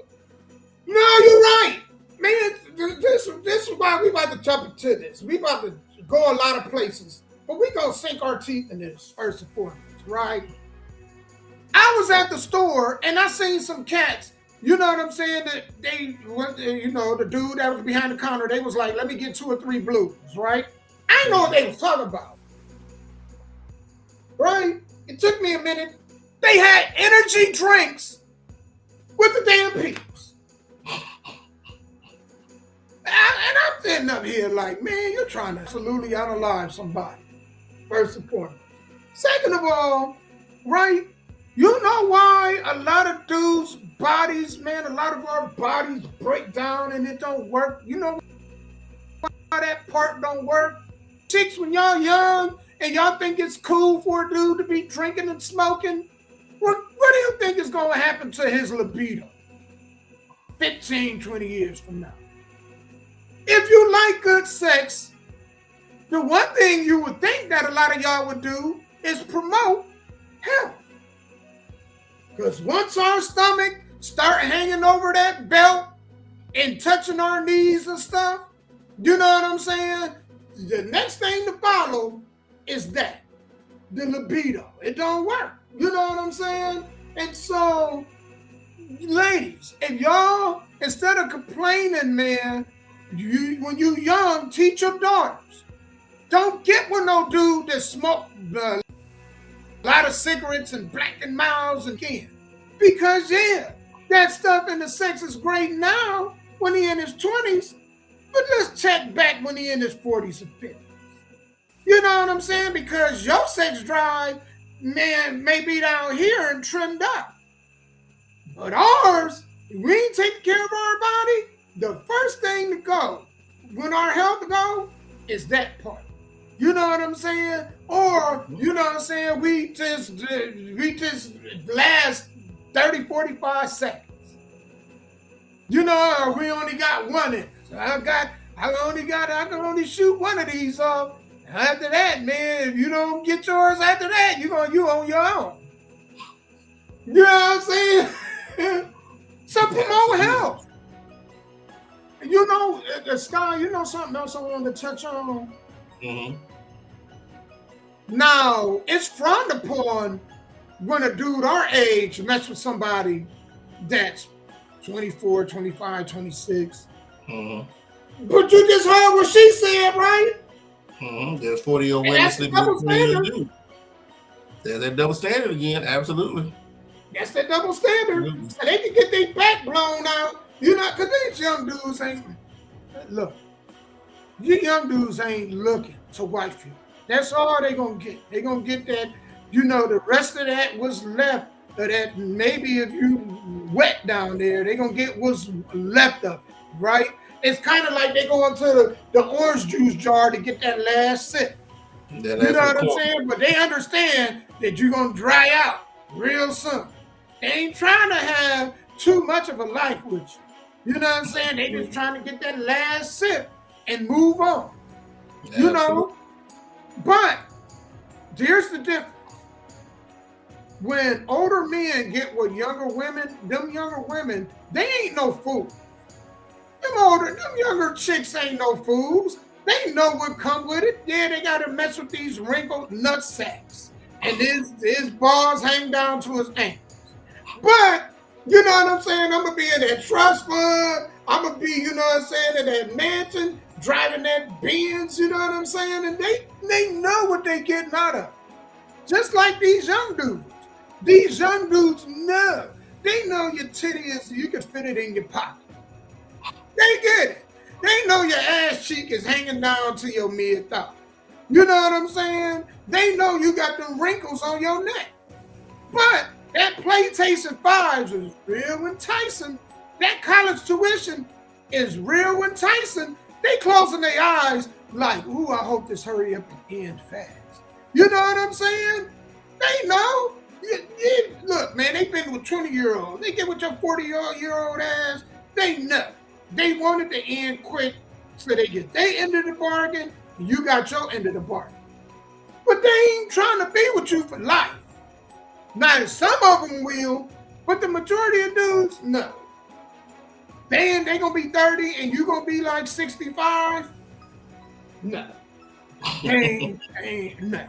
Unless you Madonna. You know? Yeah. You know? Well, maybe I guess at the end of the road, the statistic that we're trying to say is that the vagina will last longer than the penis, just over a stretch of time, right? So you got a man and a woman who's the same age, they're in their 50s and 60s. Can the vagina outlast the penis? Well, can she still get vaginally wet before he decides that he has erectile dysfunction, right? Oh, no, I don't think so. You know why I think not, Scott? So you think the penis will outlast the vagina? Hell yeah. You know why? Because you can be 90 years old and get somebody pregnant. What 90-year-old you know really of a female getting pregnant? They without some type of treatment, you're right. Absolutely. So I'm thinking that at the end of the day, anybody of a certain age that wants a younger person, that's cool, but there's pros and cons with both of them, right? You know that the young person is only in it for the PlayStation 5, and you know that the old person is only in it for the 6. There's no what you call retirement plan at the end. You know what I'm saying? So eventually with life, and this is why the gods have a sense of humor, you're going to have somebody with you when you can't do those things no more. Do you see what I'm saying? So even if you young and you got all this sex drive, eventually you're going to turn 50. And even if you old, eventually you have to have somebody there when you slip and fall and can't get up, because the young person ain't going to be there. He ain't there to help you go to the hospital or help you with your pacemaker or your oxygen tank. He's just there to rub one out and go. So so when she was saying that the older women are going after the younger men, that's fine for right now. You can have sex with these younger guys, but you also have to start vetting these older men to be with you when the younger guys are not there, and vice versa. Man, let me tell you the difference. See, there's not a lot of older women that's going to be sharing their resources with a young dude. Not they retire. You know what I'm saying? Now, the older dudes, they'll be like, you know what? You in this wheel as long as you with me to the end of my life. So she going to stay. She gonna wipe his ass, and you know what? Ooh, this thing, these peas and corns and stuff came out of them. But you know what? I'm gonna go ahead and get that $250,000 wheel. I'm gonna get that life insurance policy. You know what I'm saying? They know. I had a house in my name. Right, you're right now. Unless they have some type of they giving birth, but we're talking about a very we're talking about have some type of help. Yeah, usually because from what I was told in sex ed, that when the girl is inside her mama's stomach, it's already predetermined on how many eggs she's going to drop through her lifetime. So by the time she is 60, 70, 80, then it's done. Now, even though she's not ovulating, can she still get horny? Maybe. But when does it get to the point where the vagina no longer works? When does it get to the point where the penis will no longer work? When you see two couples that are in their 100s in wheelchairs, is that it? Or are they still getting down? I know people wonder how much stress it is on the body for a woman, how much stress it is on a woman's body to have a baby, even if she's young.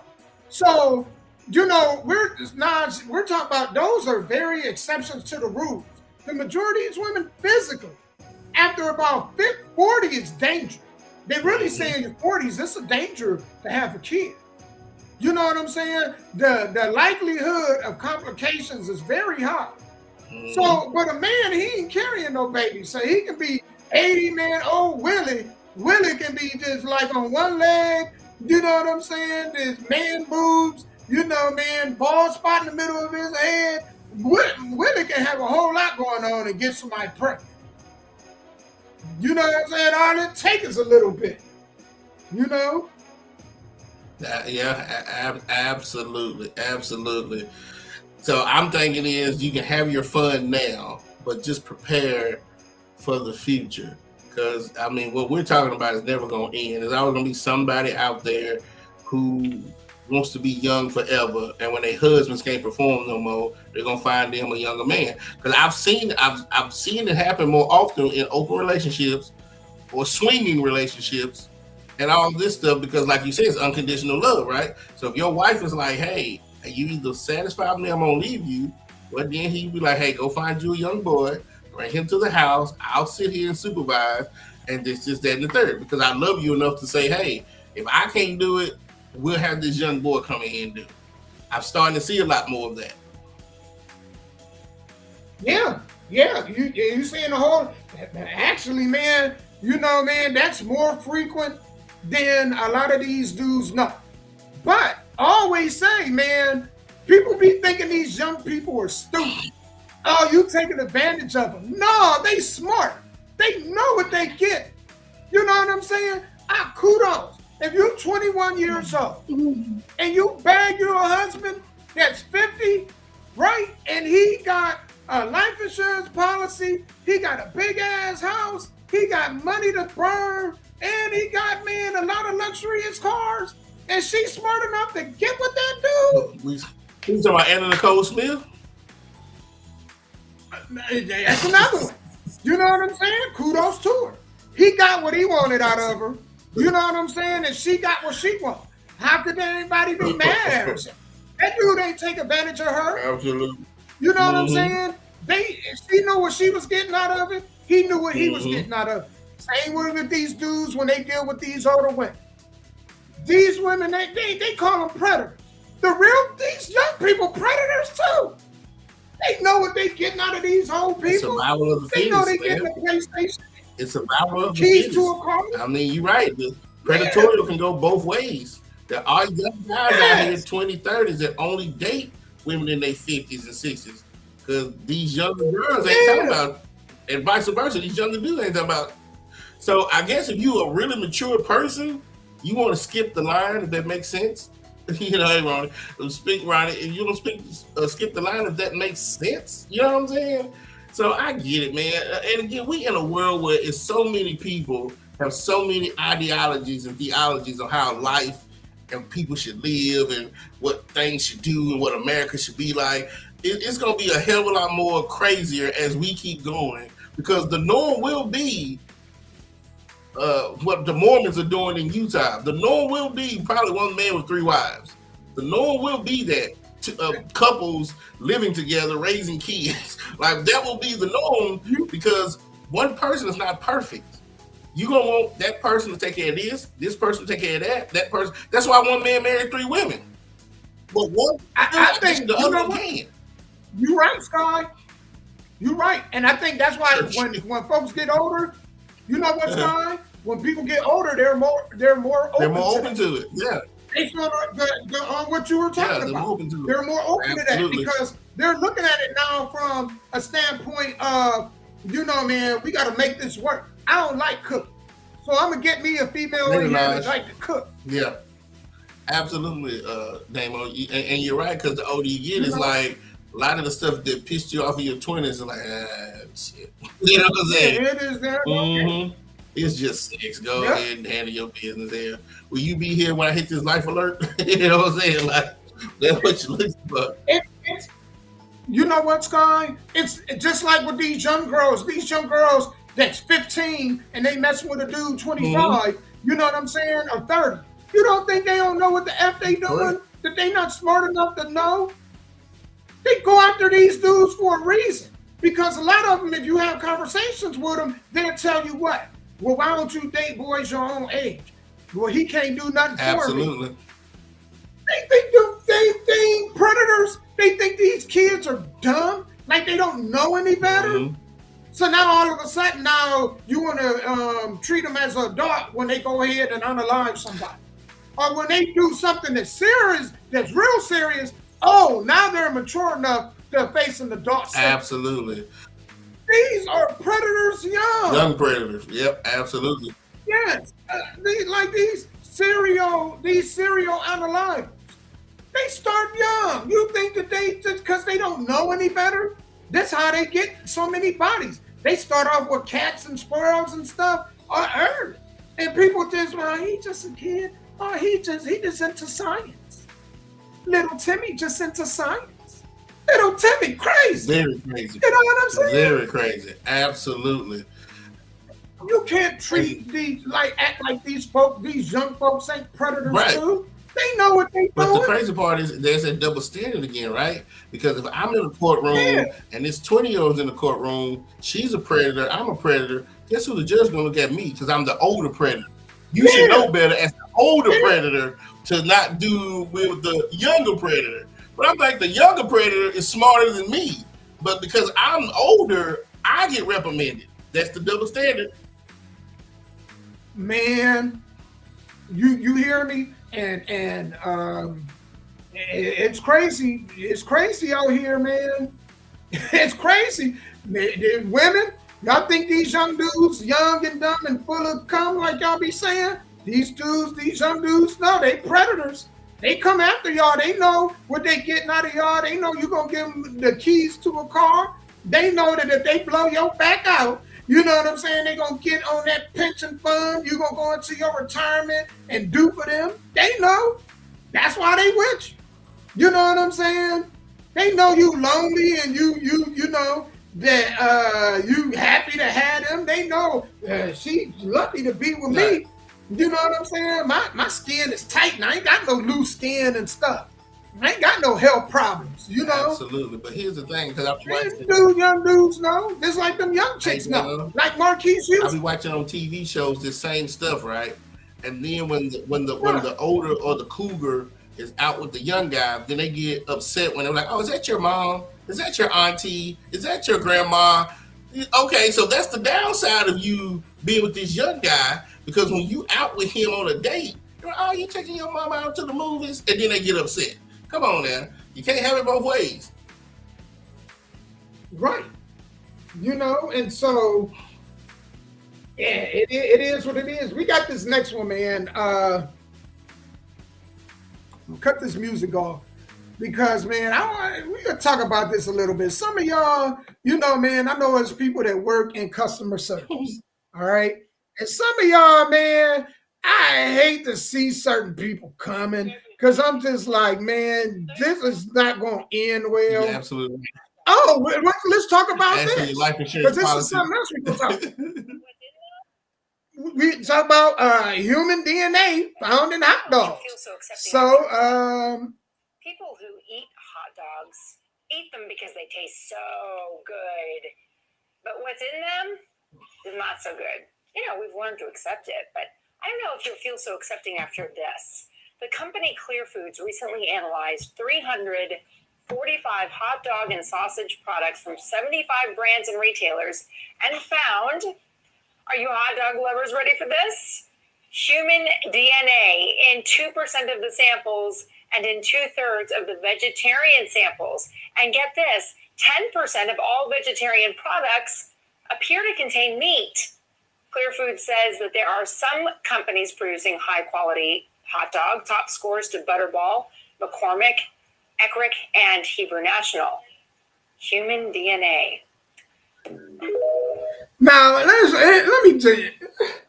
Let's go ahead and just dive into that, right? Are we really shocked? Not really, because people don't understand. Bologna, hot dogs, and sauce is what's left over, right? It's what's left over. So who is killing and cleaning the pig? Humans. So I could believe that you could cut yourself, your skin fall into the meat, your hair fall into the meat, and they might be spitting into the damn meat. So that's not shocking that there's human DNA in your food, because there are humans cooking and cutting and processing your food before it gets to your table. Now, is she trying to say that they're killing humans and turning them into hot dogs? That's what I'm trying to figure out what you're saying. Right. You got a point. Right. That's what I'm you know, you should never, anything you eat, even when you go to McDonald's, people are cooking your food, hands, they go scratch their butt, don't wash their hands. So that's why when you take care of yourself, when you eat vitamins and take care of yourself, when you get somebody who's went into McDonald's, an employee, scratch their butt, didn't wash their hands, touch your food, and you ate it, you don't get sick because your body is strong enough to fight that stuff. I hope y'all don't think that you're eating 100% healthy anything. As long as humans are touching your food, you don't know what's in it.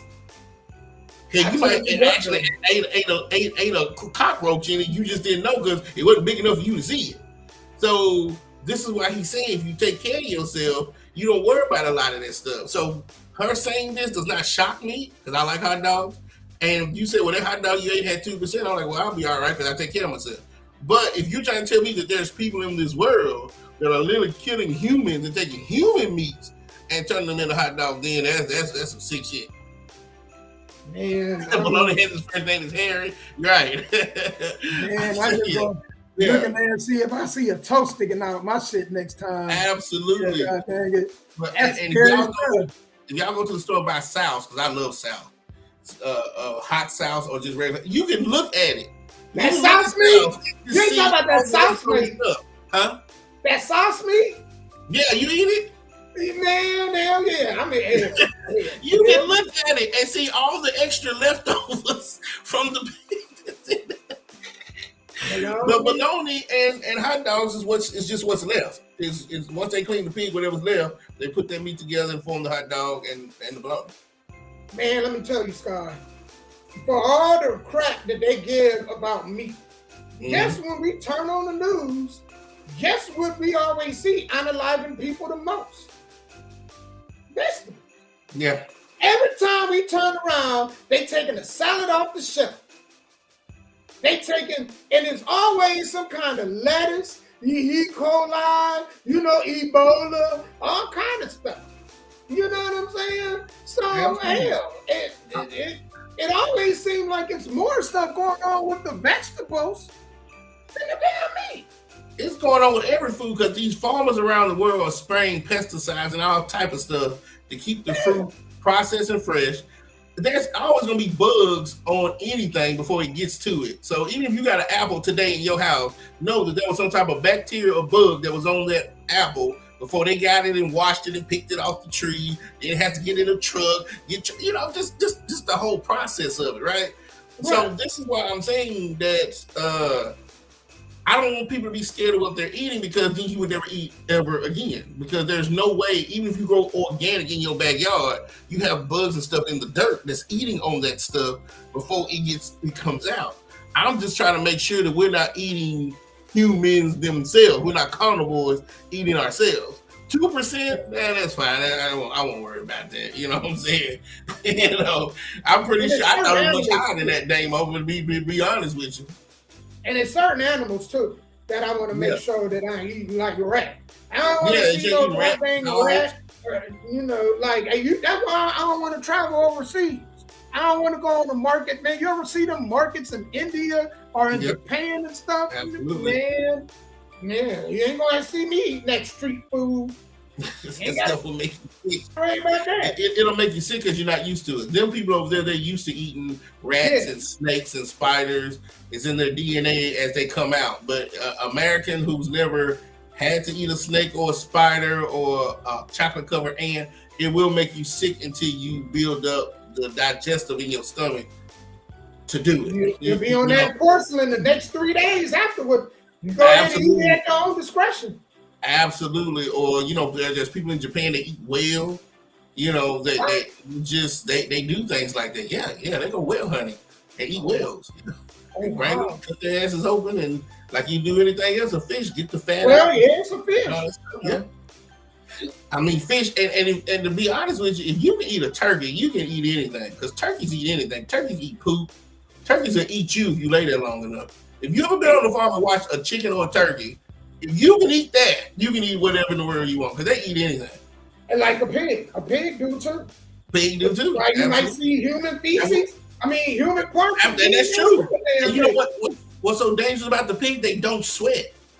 Pigs do not sweat. Do y'all know that? So when we sweat, we're letting our pores are letting that some of that stuff out of your pores. Pigs don't sweat. So this is why you got to be careful when you eat pork because they're not releasing bacteria and germs out of their pores. It stays inside of the pig.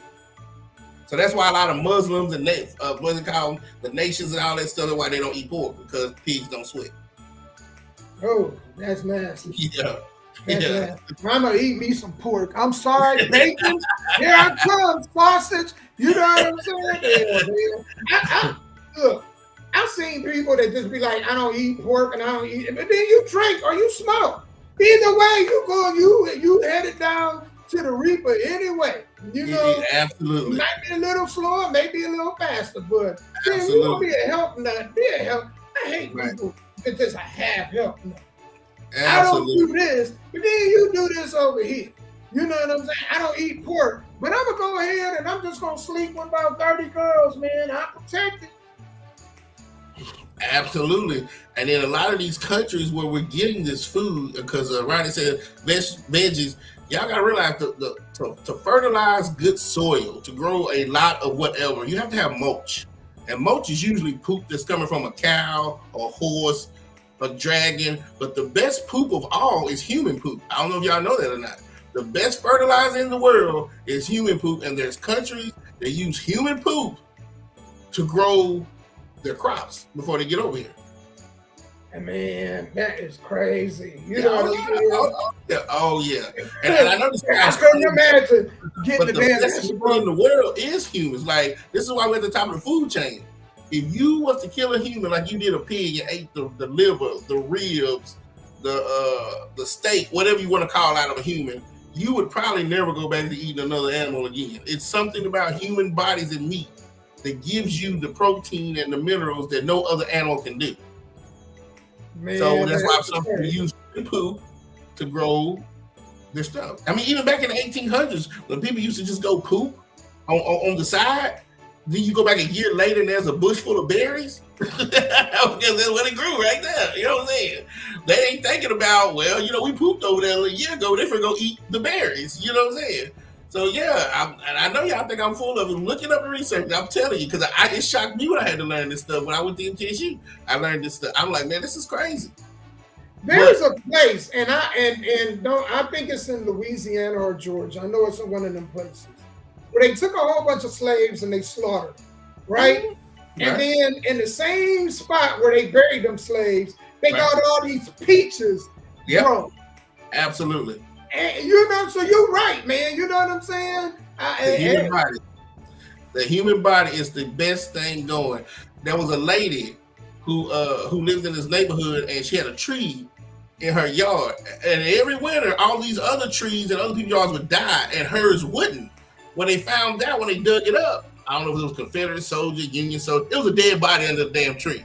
And that's what kept that tree alive during the winter. When all the other trees were dying because it was a dead body under there. Mm-hmm. Yeah, and probably every bug and bacteria needed to grow to help that tree grow whatever it is, and came and helped it grow whatever it is. Absolutely. Oh man, that's crazy. So luckily we don't have that in this world. We don't have people eating other humans. At least I hope not. Yeah. But you know, human body.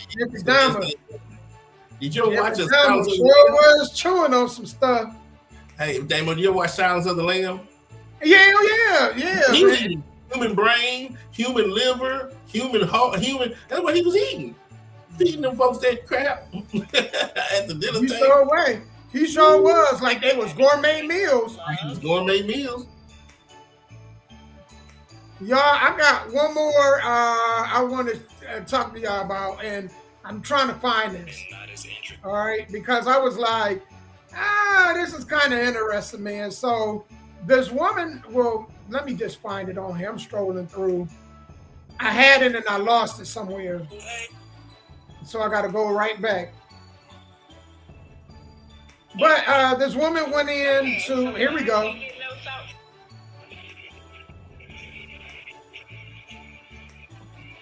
How's it going? So why I can't get no salt fry? So to give you a true no salt fry, we would have to break down the whole fry. Like to no, ma'am, you don't put salt on the fries. The salt's already in the bin, and it would be in my blood pressure. I don't want salt on my fries. I've never been to a Chick-fil-A. They have different. Never been to. They have different ones. Like ours just doesn't. So you're refusing my services because we'll get you a fry. It's just not. We don't do no salt fries at this location. I don't want salt on the fries. I put entirely too much salt on the fries. Well, I know that they're putting what is on Pathways, which is our process that we do. I want fries with no salt. We don't do that at this location. I'm sorry, but we do have a kale crunch, a fruit cup. I will be calling corporate office with this video. Okay. All right. Thank you so much. What is your name? My name's Margie. Margie? Yes, ma'am. All right. So, do you want to touch on this or do you want me? Because I might be a little harsh. Well, and I mean this from the bottom of my heart. Black people are white. Well, it ain't the only reason why. But at the top of my list, black people are white. I no longer did fast food. I worked at McDonald's. I worked at White Castle. I worked at Crystal. And black people are the reason why, because they did some of the craziest stuff. I would give them their fries. They would eat the whole box and say, hey, these fries are cold. Can I get some more? Hey, these fries got too much salt on them. And I have fries with, if you want fries with no salt, take your ass to the grocery store and air fry them damn fries, and you will know that they have no salt.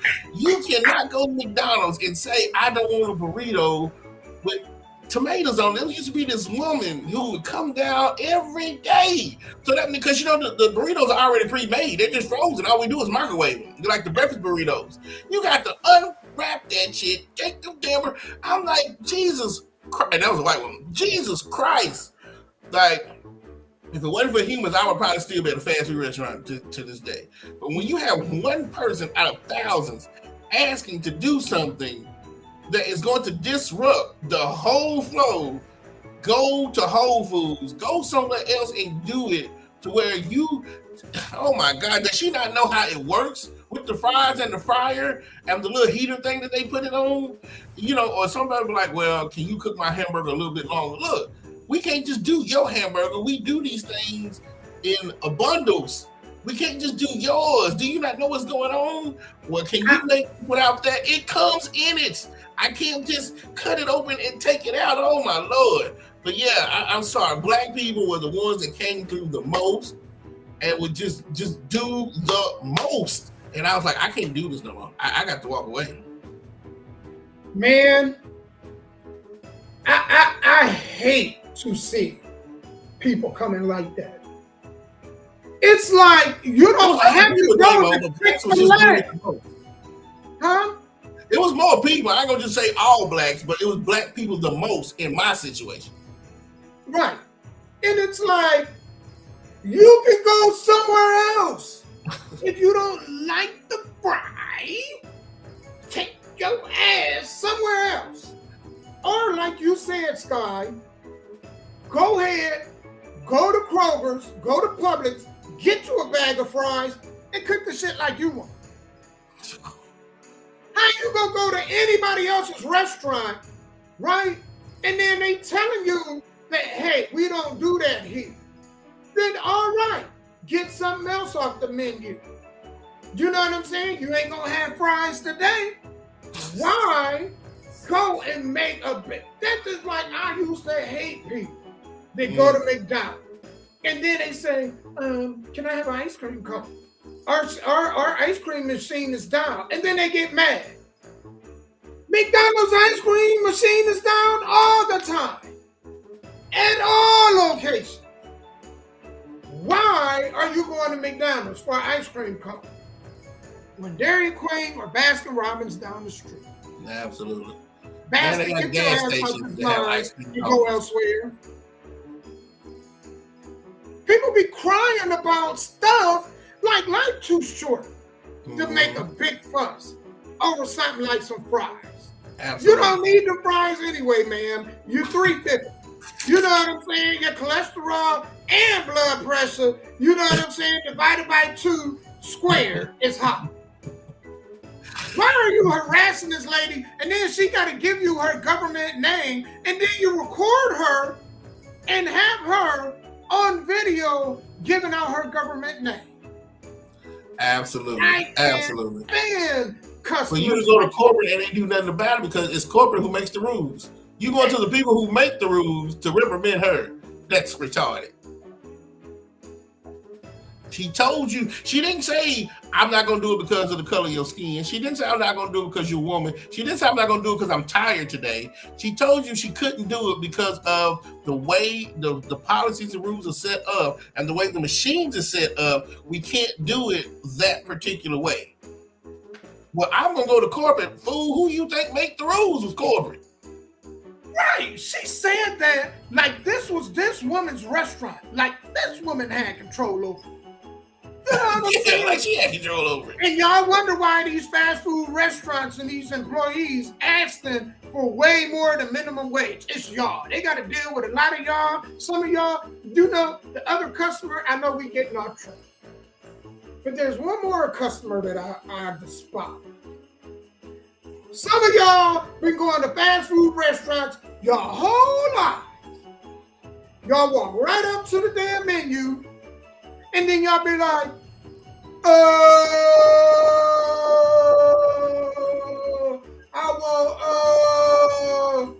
I just want to take an open hand and give y'all a 5-finger discount. You know what I'm saying? I can't stand it, man. There's 2 people. I can't stand the customer to go up, knowing what they want, and then looking at the menu, knowing what's on the menu, and being like, after standing behind somebody, 4 or 5 people. You should have been discussing and thinking about what you want before you got to the cashier. That's why they created these kiosks. I was just about to say why they created these kiosks. Absolutely. Because I know they were getting tired of y'all. And then the second one is the people that act like that they can make accommodations just for you. Like, who the hell are you that people got to go and make these accommodations for your monkey ass? You know what I mean? Why can't you just go elsewhere? If they say, well, no, we don't have no ribs today, then okay, we'll go down the street to somebody that got some ribs. You know? Or I can't do this to the fries because the process to make the salt come with the fries. All right, we'll go down to somebody that, or go get you some fries and cook it at home. Why do y'all gotta make people's job hard? Thank you, because who thought about that? Like, who's the first person to say, I want fries with no salt, let me go to McDonald's? Like, that's not even common sense. You know they salt fries because a lot of people like salt on their fries. A lot of people like ketchup on their fries. So if I don't want salt, why would a fast food restaurant be the last thing on my mind if I didn't want salt on anything? It's like if I'm allergic to peanut products, I'm not going to no damn restaurant or fast food restaurant if I'm allergic to anything with peanut because they use the damn peanut and coconut oil to cook most of that stuff in. I mean, I'm just wondering how does common sense is not common anymore in America. Like, that would be the last thing on my mind. If I'm trying to eat as healthy as possible, why would I even think about stopping at Taco Bell? You just made me want to do something. I ain't got nothing healthy on the menu. You just made me want to do something, and I got to go back to this video because she said something that you made me just, and it's funny as hell. I got to go find this video again because this was funny. Because I'm about to, oh, here we go. To give you a true no-salt fry, we would have to break down the whole fry thing. Like, no, ma'am, you don't put salt on the fry. The salt's already in the bin, and it would be in my blood pressure. I don't want salt. So hold on. So did you just hear what she said? Yeah, she had to break down the whole bin, yeah. She said she got high blood pressure. Well, why the hell are you at a fast food restaurant? Why? You got high blood pressure. You ain't supposed to be eating there anyway. Why are you giving this woman a hard time? I'm sorry, man. She just made me. Ooh, thank you. And that's what I'm saying. That's what I'm saying, man. It's just, I don't know what it is sometimes with our people, man. All she had to say was, okay, thank you. Do you know a place where I can go and not get it? I mean, you know, You got high blood pressure. It ain't a lot you supposed to be eating any goddamn way, especially if it's processed. You supposed to be international market and Whole Foods and places like that when you suffer from high blood pressure. Because she got high blood pressure. Yeah. That's why she got high blood pressure eating at a fast food restaurant. Man, what are we talking about here? Why are you giving this up? Oh my God. Oh my God. Yep. Yep, and that's what I'm saying. And again, I've dealt with white people, Latinos, Hispanics, Asians, Germans, whatever, Russians. But the most out of the times that I worked in fast food restaurants, they gave me the biggest goddamn headache were black people, especially black women. They gave me the big. I said, I'm not doing this no more. I work at a warehouse, and I did for a lot of my life. I was in the warehouse because I couldn't do that customer service. It was driving me crazy. It was, because the common sense things that you was asking. Now, if you asked me for something that could be done or just was like, okay, I get it, but don't ask me to take a sesame seed off a Big Mac bun. They come with sesame seeds. Got a Big Mac with no sesame seed bun. When did you see a Big Mac? Well, back in the day, I don't know about now, but back in the day, when did you see a Big Mac bun with no sesame seed on it? Yeah, could you imagine somebody telling you to take all the sesame seeds off? Yeah. Back in 1995, Vanderbilt used to have McDonald's built inside of it. It's not there no more. That was my very first job. At $6 an hour. And I got a raise for a nickel. So by the time I left, I made $6.05. So, it was like, can you just get the seeds out? So I don't like a hamburger bun with the seeds. Who you didn't? Nobody literally asked you that. You were thinking that we had seedless buns and seeded buns. Oh my God! Oh my Lord, man! I tell you, man, I'm appalled. Yeah, I'm actually, and some of y'all gonna get mad. I don't give a damn.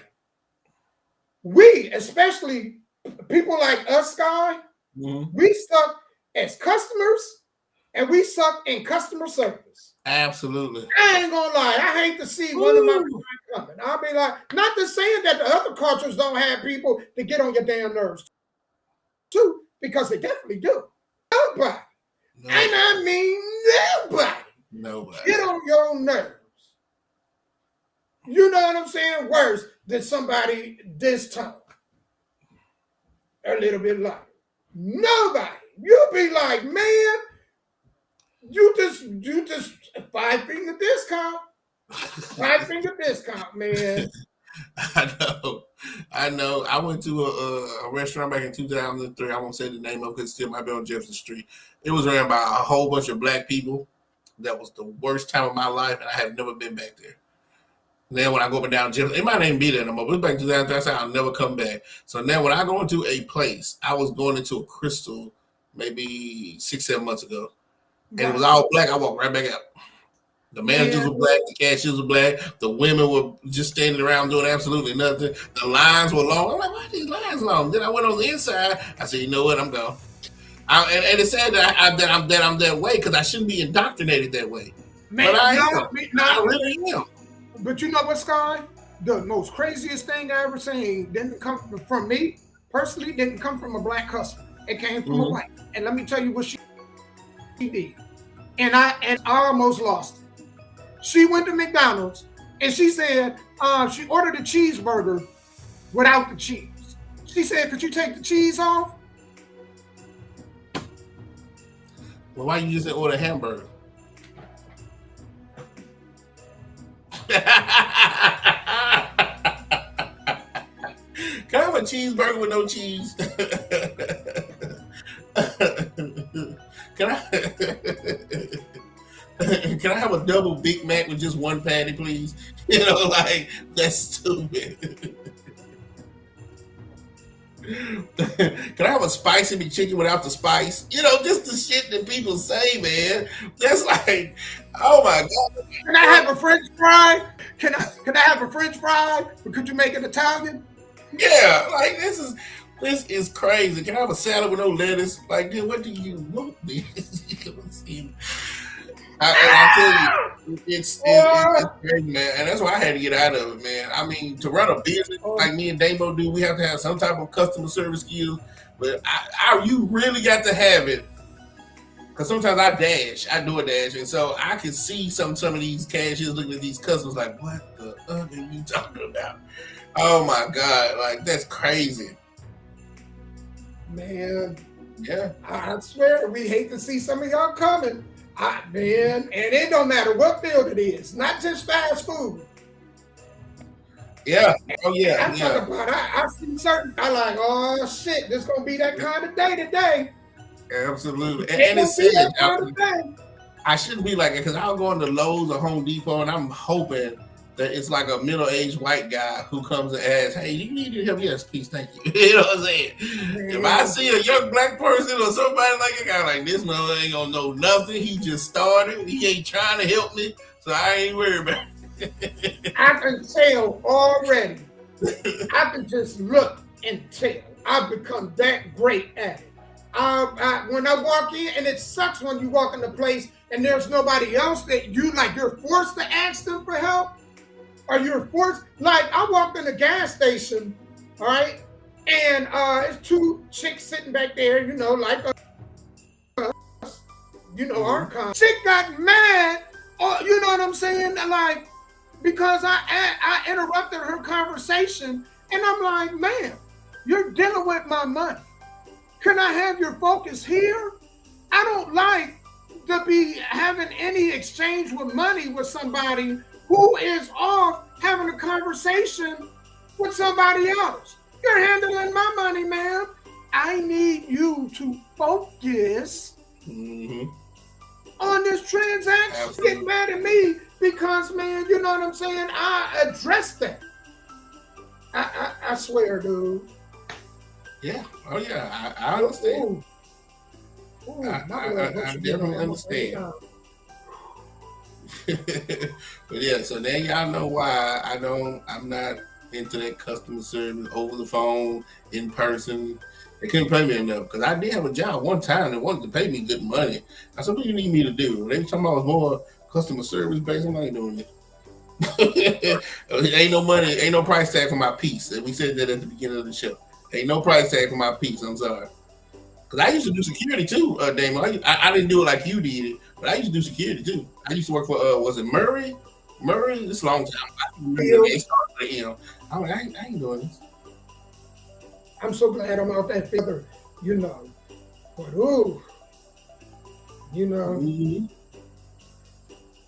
Y'all and Sky, this was such a fun show. I can't even believe still that we 3 weeks away from a new year. Absolutely. Like so, that's bizarre. Well, you know what? We talked about the Soul German Awards. What about me and you? When did we hit a year? Because we started this last year, right? Yeah, we over a year. I think a month ago, maybe. I think we started in October of last year. Did we? Yeah. It'll show on your YouTube. If you've been doing this on your YouTube, it'll show. So when you get on your YouTube channel, it'll show what your first episode was. I'm gonna go find it, and then we're gonna talk about it next week. We have been fast. Yeah, we should have had a 1 year celebration podcast or something. New Year's. We might do it the week of New Year's, man. Because we made it a year. That's amazing. And the good thing is, man, each show we piss off less and less people. I think people. Hey, there you go.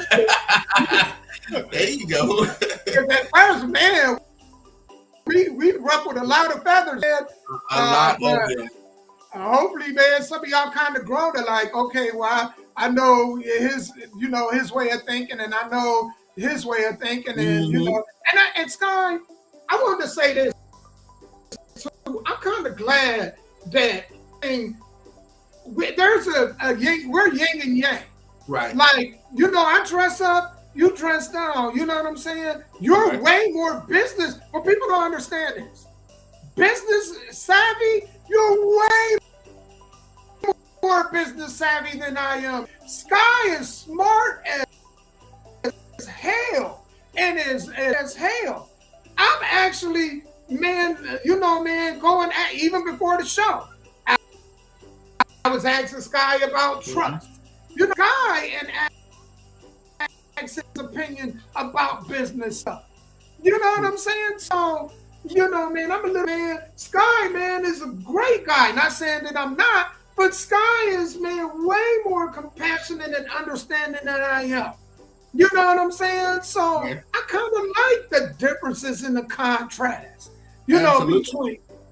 And that's what I was telling Nash. So if you was to call me, Damo, and say, hey, we got a business meeting with this white person, that white person, I'm going to come looking just like you. You know what I'm saying? Just like that. But for me to do it here, I don't know, you know, you grew up in Ohio, but in Nashville, it was called biting. When you took somebody's rhymes or lyrics, or you saw somebody wear a hat and you started wearing it, it was called biting or copying somebody. You came on here first and said, I'm going to start dressing up. And I'm thinking, well, I can't, because then I'm biting. You know what I'm saying? This is what's your thing. Sky Black need to find his own thing to do. And that's why I just don't dress up when we do the podcast. But you know, when me and you met up with I seen how clean you was. I seen how you had them things on. Outside of the house, yeah, but if I'm just sitting in my business room and like he's sitting in his business room, you know, I thought y'all would care more about our content than our whatever we have on.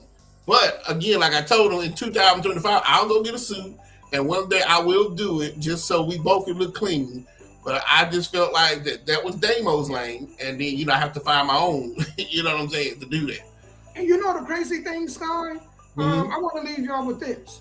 I hope to motivate more of us to dress up, because there was once in the 50s and 40s and prior to the 50s where it was common for us to wear slacks and a tie and whatnot. You know the sad part? I was telling the old lady, because I went out yesterday, blazer with the guitar and the music notes and whatnot, where and a woman, I hate when I get asked this.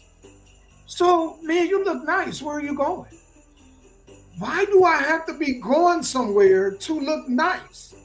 There's not even a standard anymore for us to be able to just go out and just not look nice just because. I don't look at it as biting. I would have never look at it like, man, Sky copying me, or you know what I'm saying? Because when you do something successful that I look at and I think is good, I'd be a fool not to copy. Man, when you got your credit, that's the problem with us. We so worried about biting. Who wouldn't want to bite somebody that's successful at something? If you got your credit, you got your credit. You're the one that was talking to me about credit. Not saying my wife was too, but man, I was like, man, seeing you get your house and stuff, why wouldn't I want to bite that? I understand. Yeah, I understand. If you got something that's good, why wouldn't I want to copy that? We copy the wrong things in our culture. We copy things that have no value. But when it comes to like what's up here or the way we dress, why wouldn't we want to copy each other? Absolutely. You know what I'm saying?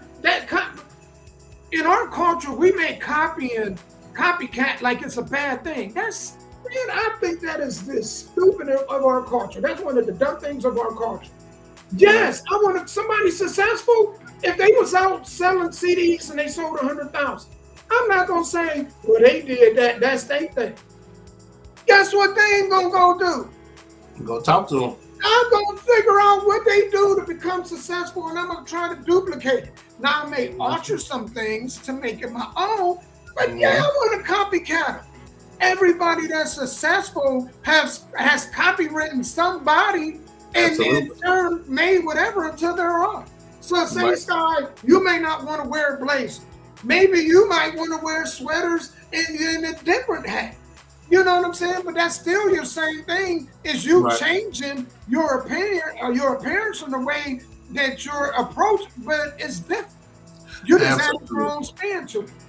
And you know what? I do a lot of researching too. So usually, when you try to break into something, you dress for success. That's what they say. So there's a lot of people that dress and don't have a dime in their bank account. But if you look at them, you're going to go talk to them because you think they do. But when you look up people who's, let's say Warren Buffett, he's still in the house that he was raised in, right? Like that's his house. You see billionaires wearing holes in their jeans. You see rich people out here looking like they homeless. Like, and that's kind of why I dressed down, because it was like the more that you make, the more that you're worth, the less they was trying to show off. Look at Jay-Z when he first got into the rap. Nobody can do that. The jewelry, and now he's worth $1 billion. He don't even dress like that no more. But you know why? The more he dressed down. Yeah, go ahead. But you know why they do that though? Why? They don't have to prove anything to anybody. Right. They financially make it. Right. We always say this: don't judge a book by its cover. Absolutely. But we all do. Like if a cop pulled me over, right, and then he sees this brother over here with dreads, who do you think he gonna stop first? He might start the job with the dreads first. He gonna judge. He already prejudging. When they in our culture, when they look at us on TV and they see the people acting the fool, absolutely, you got to look at the appearance, because you're measured based on what they see on TV. What they see. So if you want to copy, that's why I'm saying we copy the wrong things. If you see somebody getting beat up by the police and they in dreads, guess what I'm gonna do? Well, time to cut these dreads off. Can't beat me. Ain't gonna be Billy clubbing me. Absolutely. You know what I'm saying? Absolutely. And so, but like you said, when we started, it's the yin and the yang, but our love for this, our love to do the podcast, and our love to be in business and be successful, to leave stuff to our children. You know, me and Damon, we had a lot of things in common. You know what I'm saying? So that's what kind of brought us all together. But I was just like, to me, the more I research, the more it's like, well, if this is what, because boy, they just answer your question, because I'm copying them, right? The more successful they got, the less they dress down. So the more successful I got, the less I dress down. So that's what you're seeing, is somebody who's here that's dressed down. Now again, Damo called me and say, hey, we're going to meet this, that person. I'm going to look just like him when I go out. If I'm going somewhere special, I look that way. But if I'm just going to the grocery store, you might see me in some who knows what you see me in. You know, and ain't nothing wrong with that. There is absolutely, you know, I tell people, there is absolutely, be your own person. Right. Be you, whatever make you comfortable. The reason why I started dressing like this, you know, for me, it feels like, you know, it helps for me be motivated. Because, you know, when you, like, I'm one of the people that it's hard to get motivated, you know what I'm saying, and focused. So when I dress up, it just, not only, man, it helps me get motivated for the day, but then it helps with confidence, because a lot of us lack confidence and self-esteem and whatnot. And I ain't gonna say that I'm one of them people, but I ain't gonna say and act like mine's is way up here either. It feel good when I'm out and about and somebody said, man, you sharp as a tack. Man, especially, man, when somebody that looked like us, like a fella, this fella was like, man, you clean as a whistle. Young dude. Absolutely. Sharp as a tack. So we don't even compliment each other. Think about that. We don't, man, it's hard for us to compliment each other. So when you get another black man saying, man, brother, man, you killing them out here or whatever, that feel good. You know, and I hope to motivate them, you know, to do the same. Man, you know what, brother, you need to clean up. I bet you clean up well. Well, you know what? The crazy part is that if I dress like that, I wouldn't get complimented. But hey, bro, you got $1, you got $2, you got $5. You see what I'm saying? They think that I'm only spending or looking like money. There's no compliment. There is give me. So if I come dressed like I'm homeless, that nigga ain't got nothing. You see what I'm saying? Yeah. But what I liked about Naj is I think that's a door that's opening for us. And if you ever came to me, or if I ever felt like that we're going to the next level, I would do it in a heartbeat. Because if there was a sponsor that was going to pay us $100,000 a year to do this, I would dress just like that. Just like you're dressing, you know what I'm saying? It's just, when we started this, I wanted to talk to the average normal person, right? If I got on a $3,000 suit, you know, most of the people that's looking at us ain't wearing $3,000 damn suits. You know what I'm saying? But if I have on a jersey, most people have on jerseys, most people have on hats. So I thought that our first set of niche customers was just common folk, you know what I'm saying? But if we move to another level where I need to do that, this is nothing. So I'm glad now I said that, because now I have this feeling that we might one day be moving to that level. That, you know what, that is always the goal. And, you know, first and foremost is just us enjoying this. This podcast is for me, and I have a place you know, to be able to speak free, because there's not many places where men can go and speak free, first and foremost. But, you know, man, the reason why I started off in the, you know, when we first started, not even a half a year ago, in shirt and jeans and whatnot, I just evolved, you know, and that's just on me. That ain't got nothing to do, you know, man. I respect that sky remains sky. That's the one thing I love about you. No matter what, you always gonna be you. You know what I mean? And so it ain't no different. The show is still the same. We still having fun. You know what I'm saying? I haven't changed. The dressing is just one part of me that changed, but I'm still the same dude. You know what I'm saying? You walk up to me and you talk to me, same old thing. You know? Absolutely. So this is one of them areas where we evolve in life, and this is an area in my life that I just felt like I wanted to change. Absolutely. You know, and people don't know when we get off this podcast and I have to leave the house and do this, they don't know how I'm dressed. You know what I'm saying? So I'm just, again, I just thought our first target market, see how I'm talking? Business, target marketing was cavemen, right? And how do they dress? If I went over somebody's house and we sat in their man cave, I guarantee you they're probably in shorts, jeans, or jersey, especially if we're watching a football game. They got on their favorite logo. So that's what I thought as far as why we're here. Now, again, you start bringing in corporate money and this and that. Hell yeah, I'm going to start dressing the part. You know what I'm saying? Doing that, you know what I'm saying? Because even Shannon Sharp looks nice in his clothes. He might not be wearing a suit and tie, but you can get he wearing a $2,000 shirt and, you know, nice shades because he got this corporate money coming in now. Then you got to dress the part. You know what I'm saying? And it take a lot of work, man. Let me tell y'all. Man, it take a lot of work. It is a lot of work to dress up. You know what I'm saying? And a lot of days I don't feel like it. A lot of days I have to really push myself to dress up. Now, if I'm ripping and running early in the morning, and I know it's going to be most of the day, I will not dress up. There are some days I dress up and I'm only going to the store. You know what I'm saying? But it's not a daily thing, but I'm trying to work on that being more days than not that I dress up. Absolutely. You know what I'm saying? But that's just, like I said, that's something I like to do. You know what I mean? And they don't mean anything different from anybody else. You know? Well, I think all men should own a good suit. So, and people told me that I needed to go at least give me one good suit. So he ain't the first, and he won't be the last. Yeah. So like I said, y'all go to Men's Warehouse, catch them on a sale. Go to Men's Warehouse and get fitted and get me a nice suit or whatever. So I'm not against it. You know, it's just, I like you said, it just ain't what my mind is at as of right now. You know, stuff like that. But yeah. I'm always willing when it comes to business to dress the part and do what needs to be done.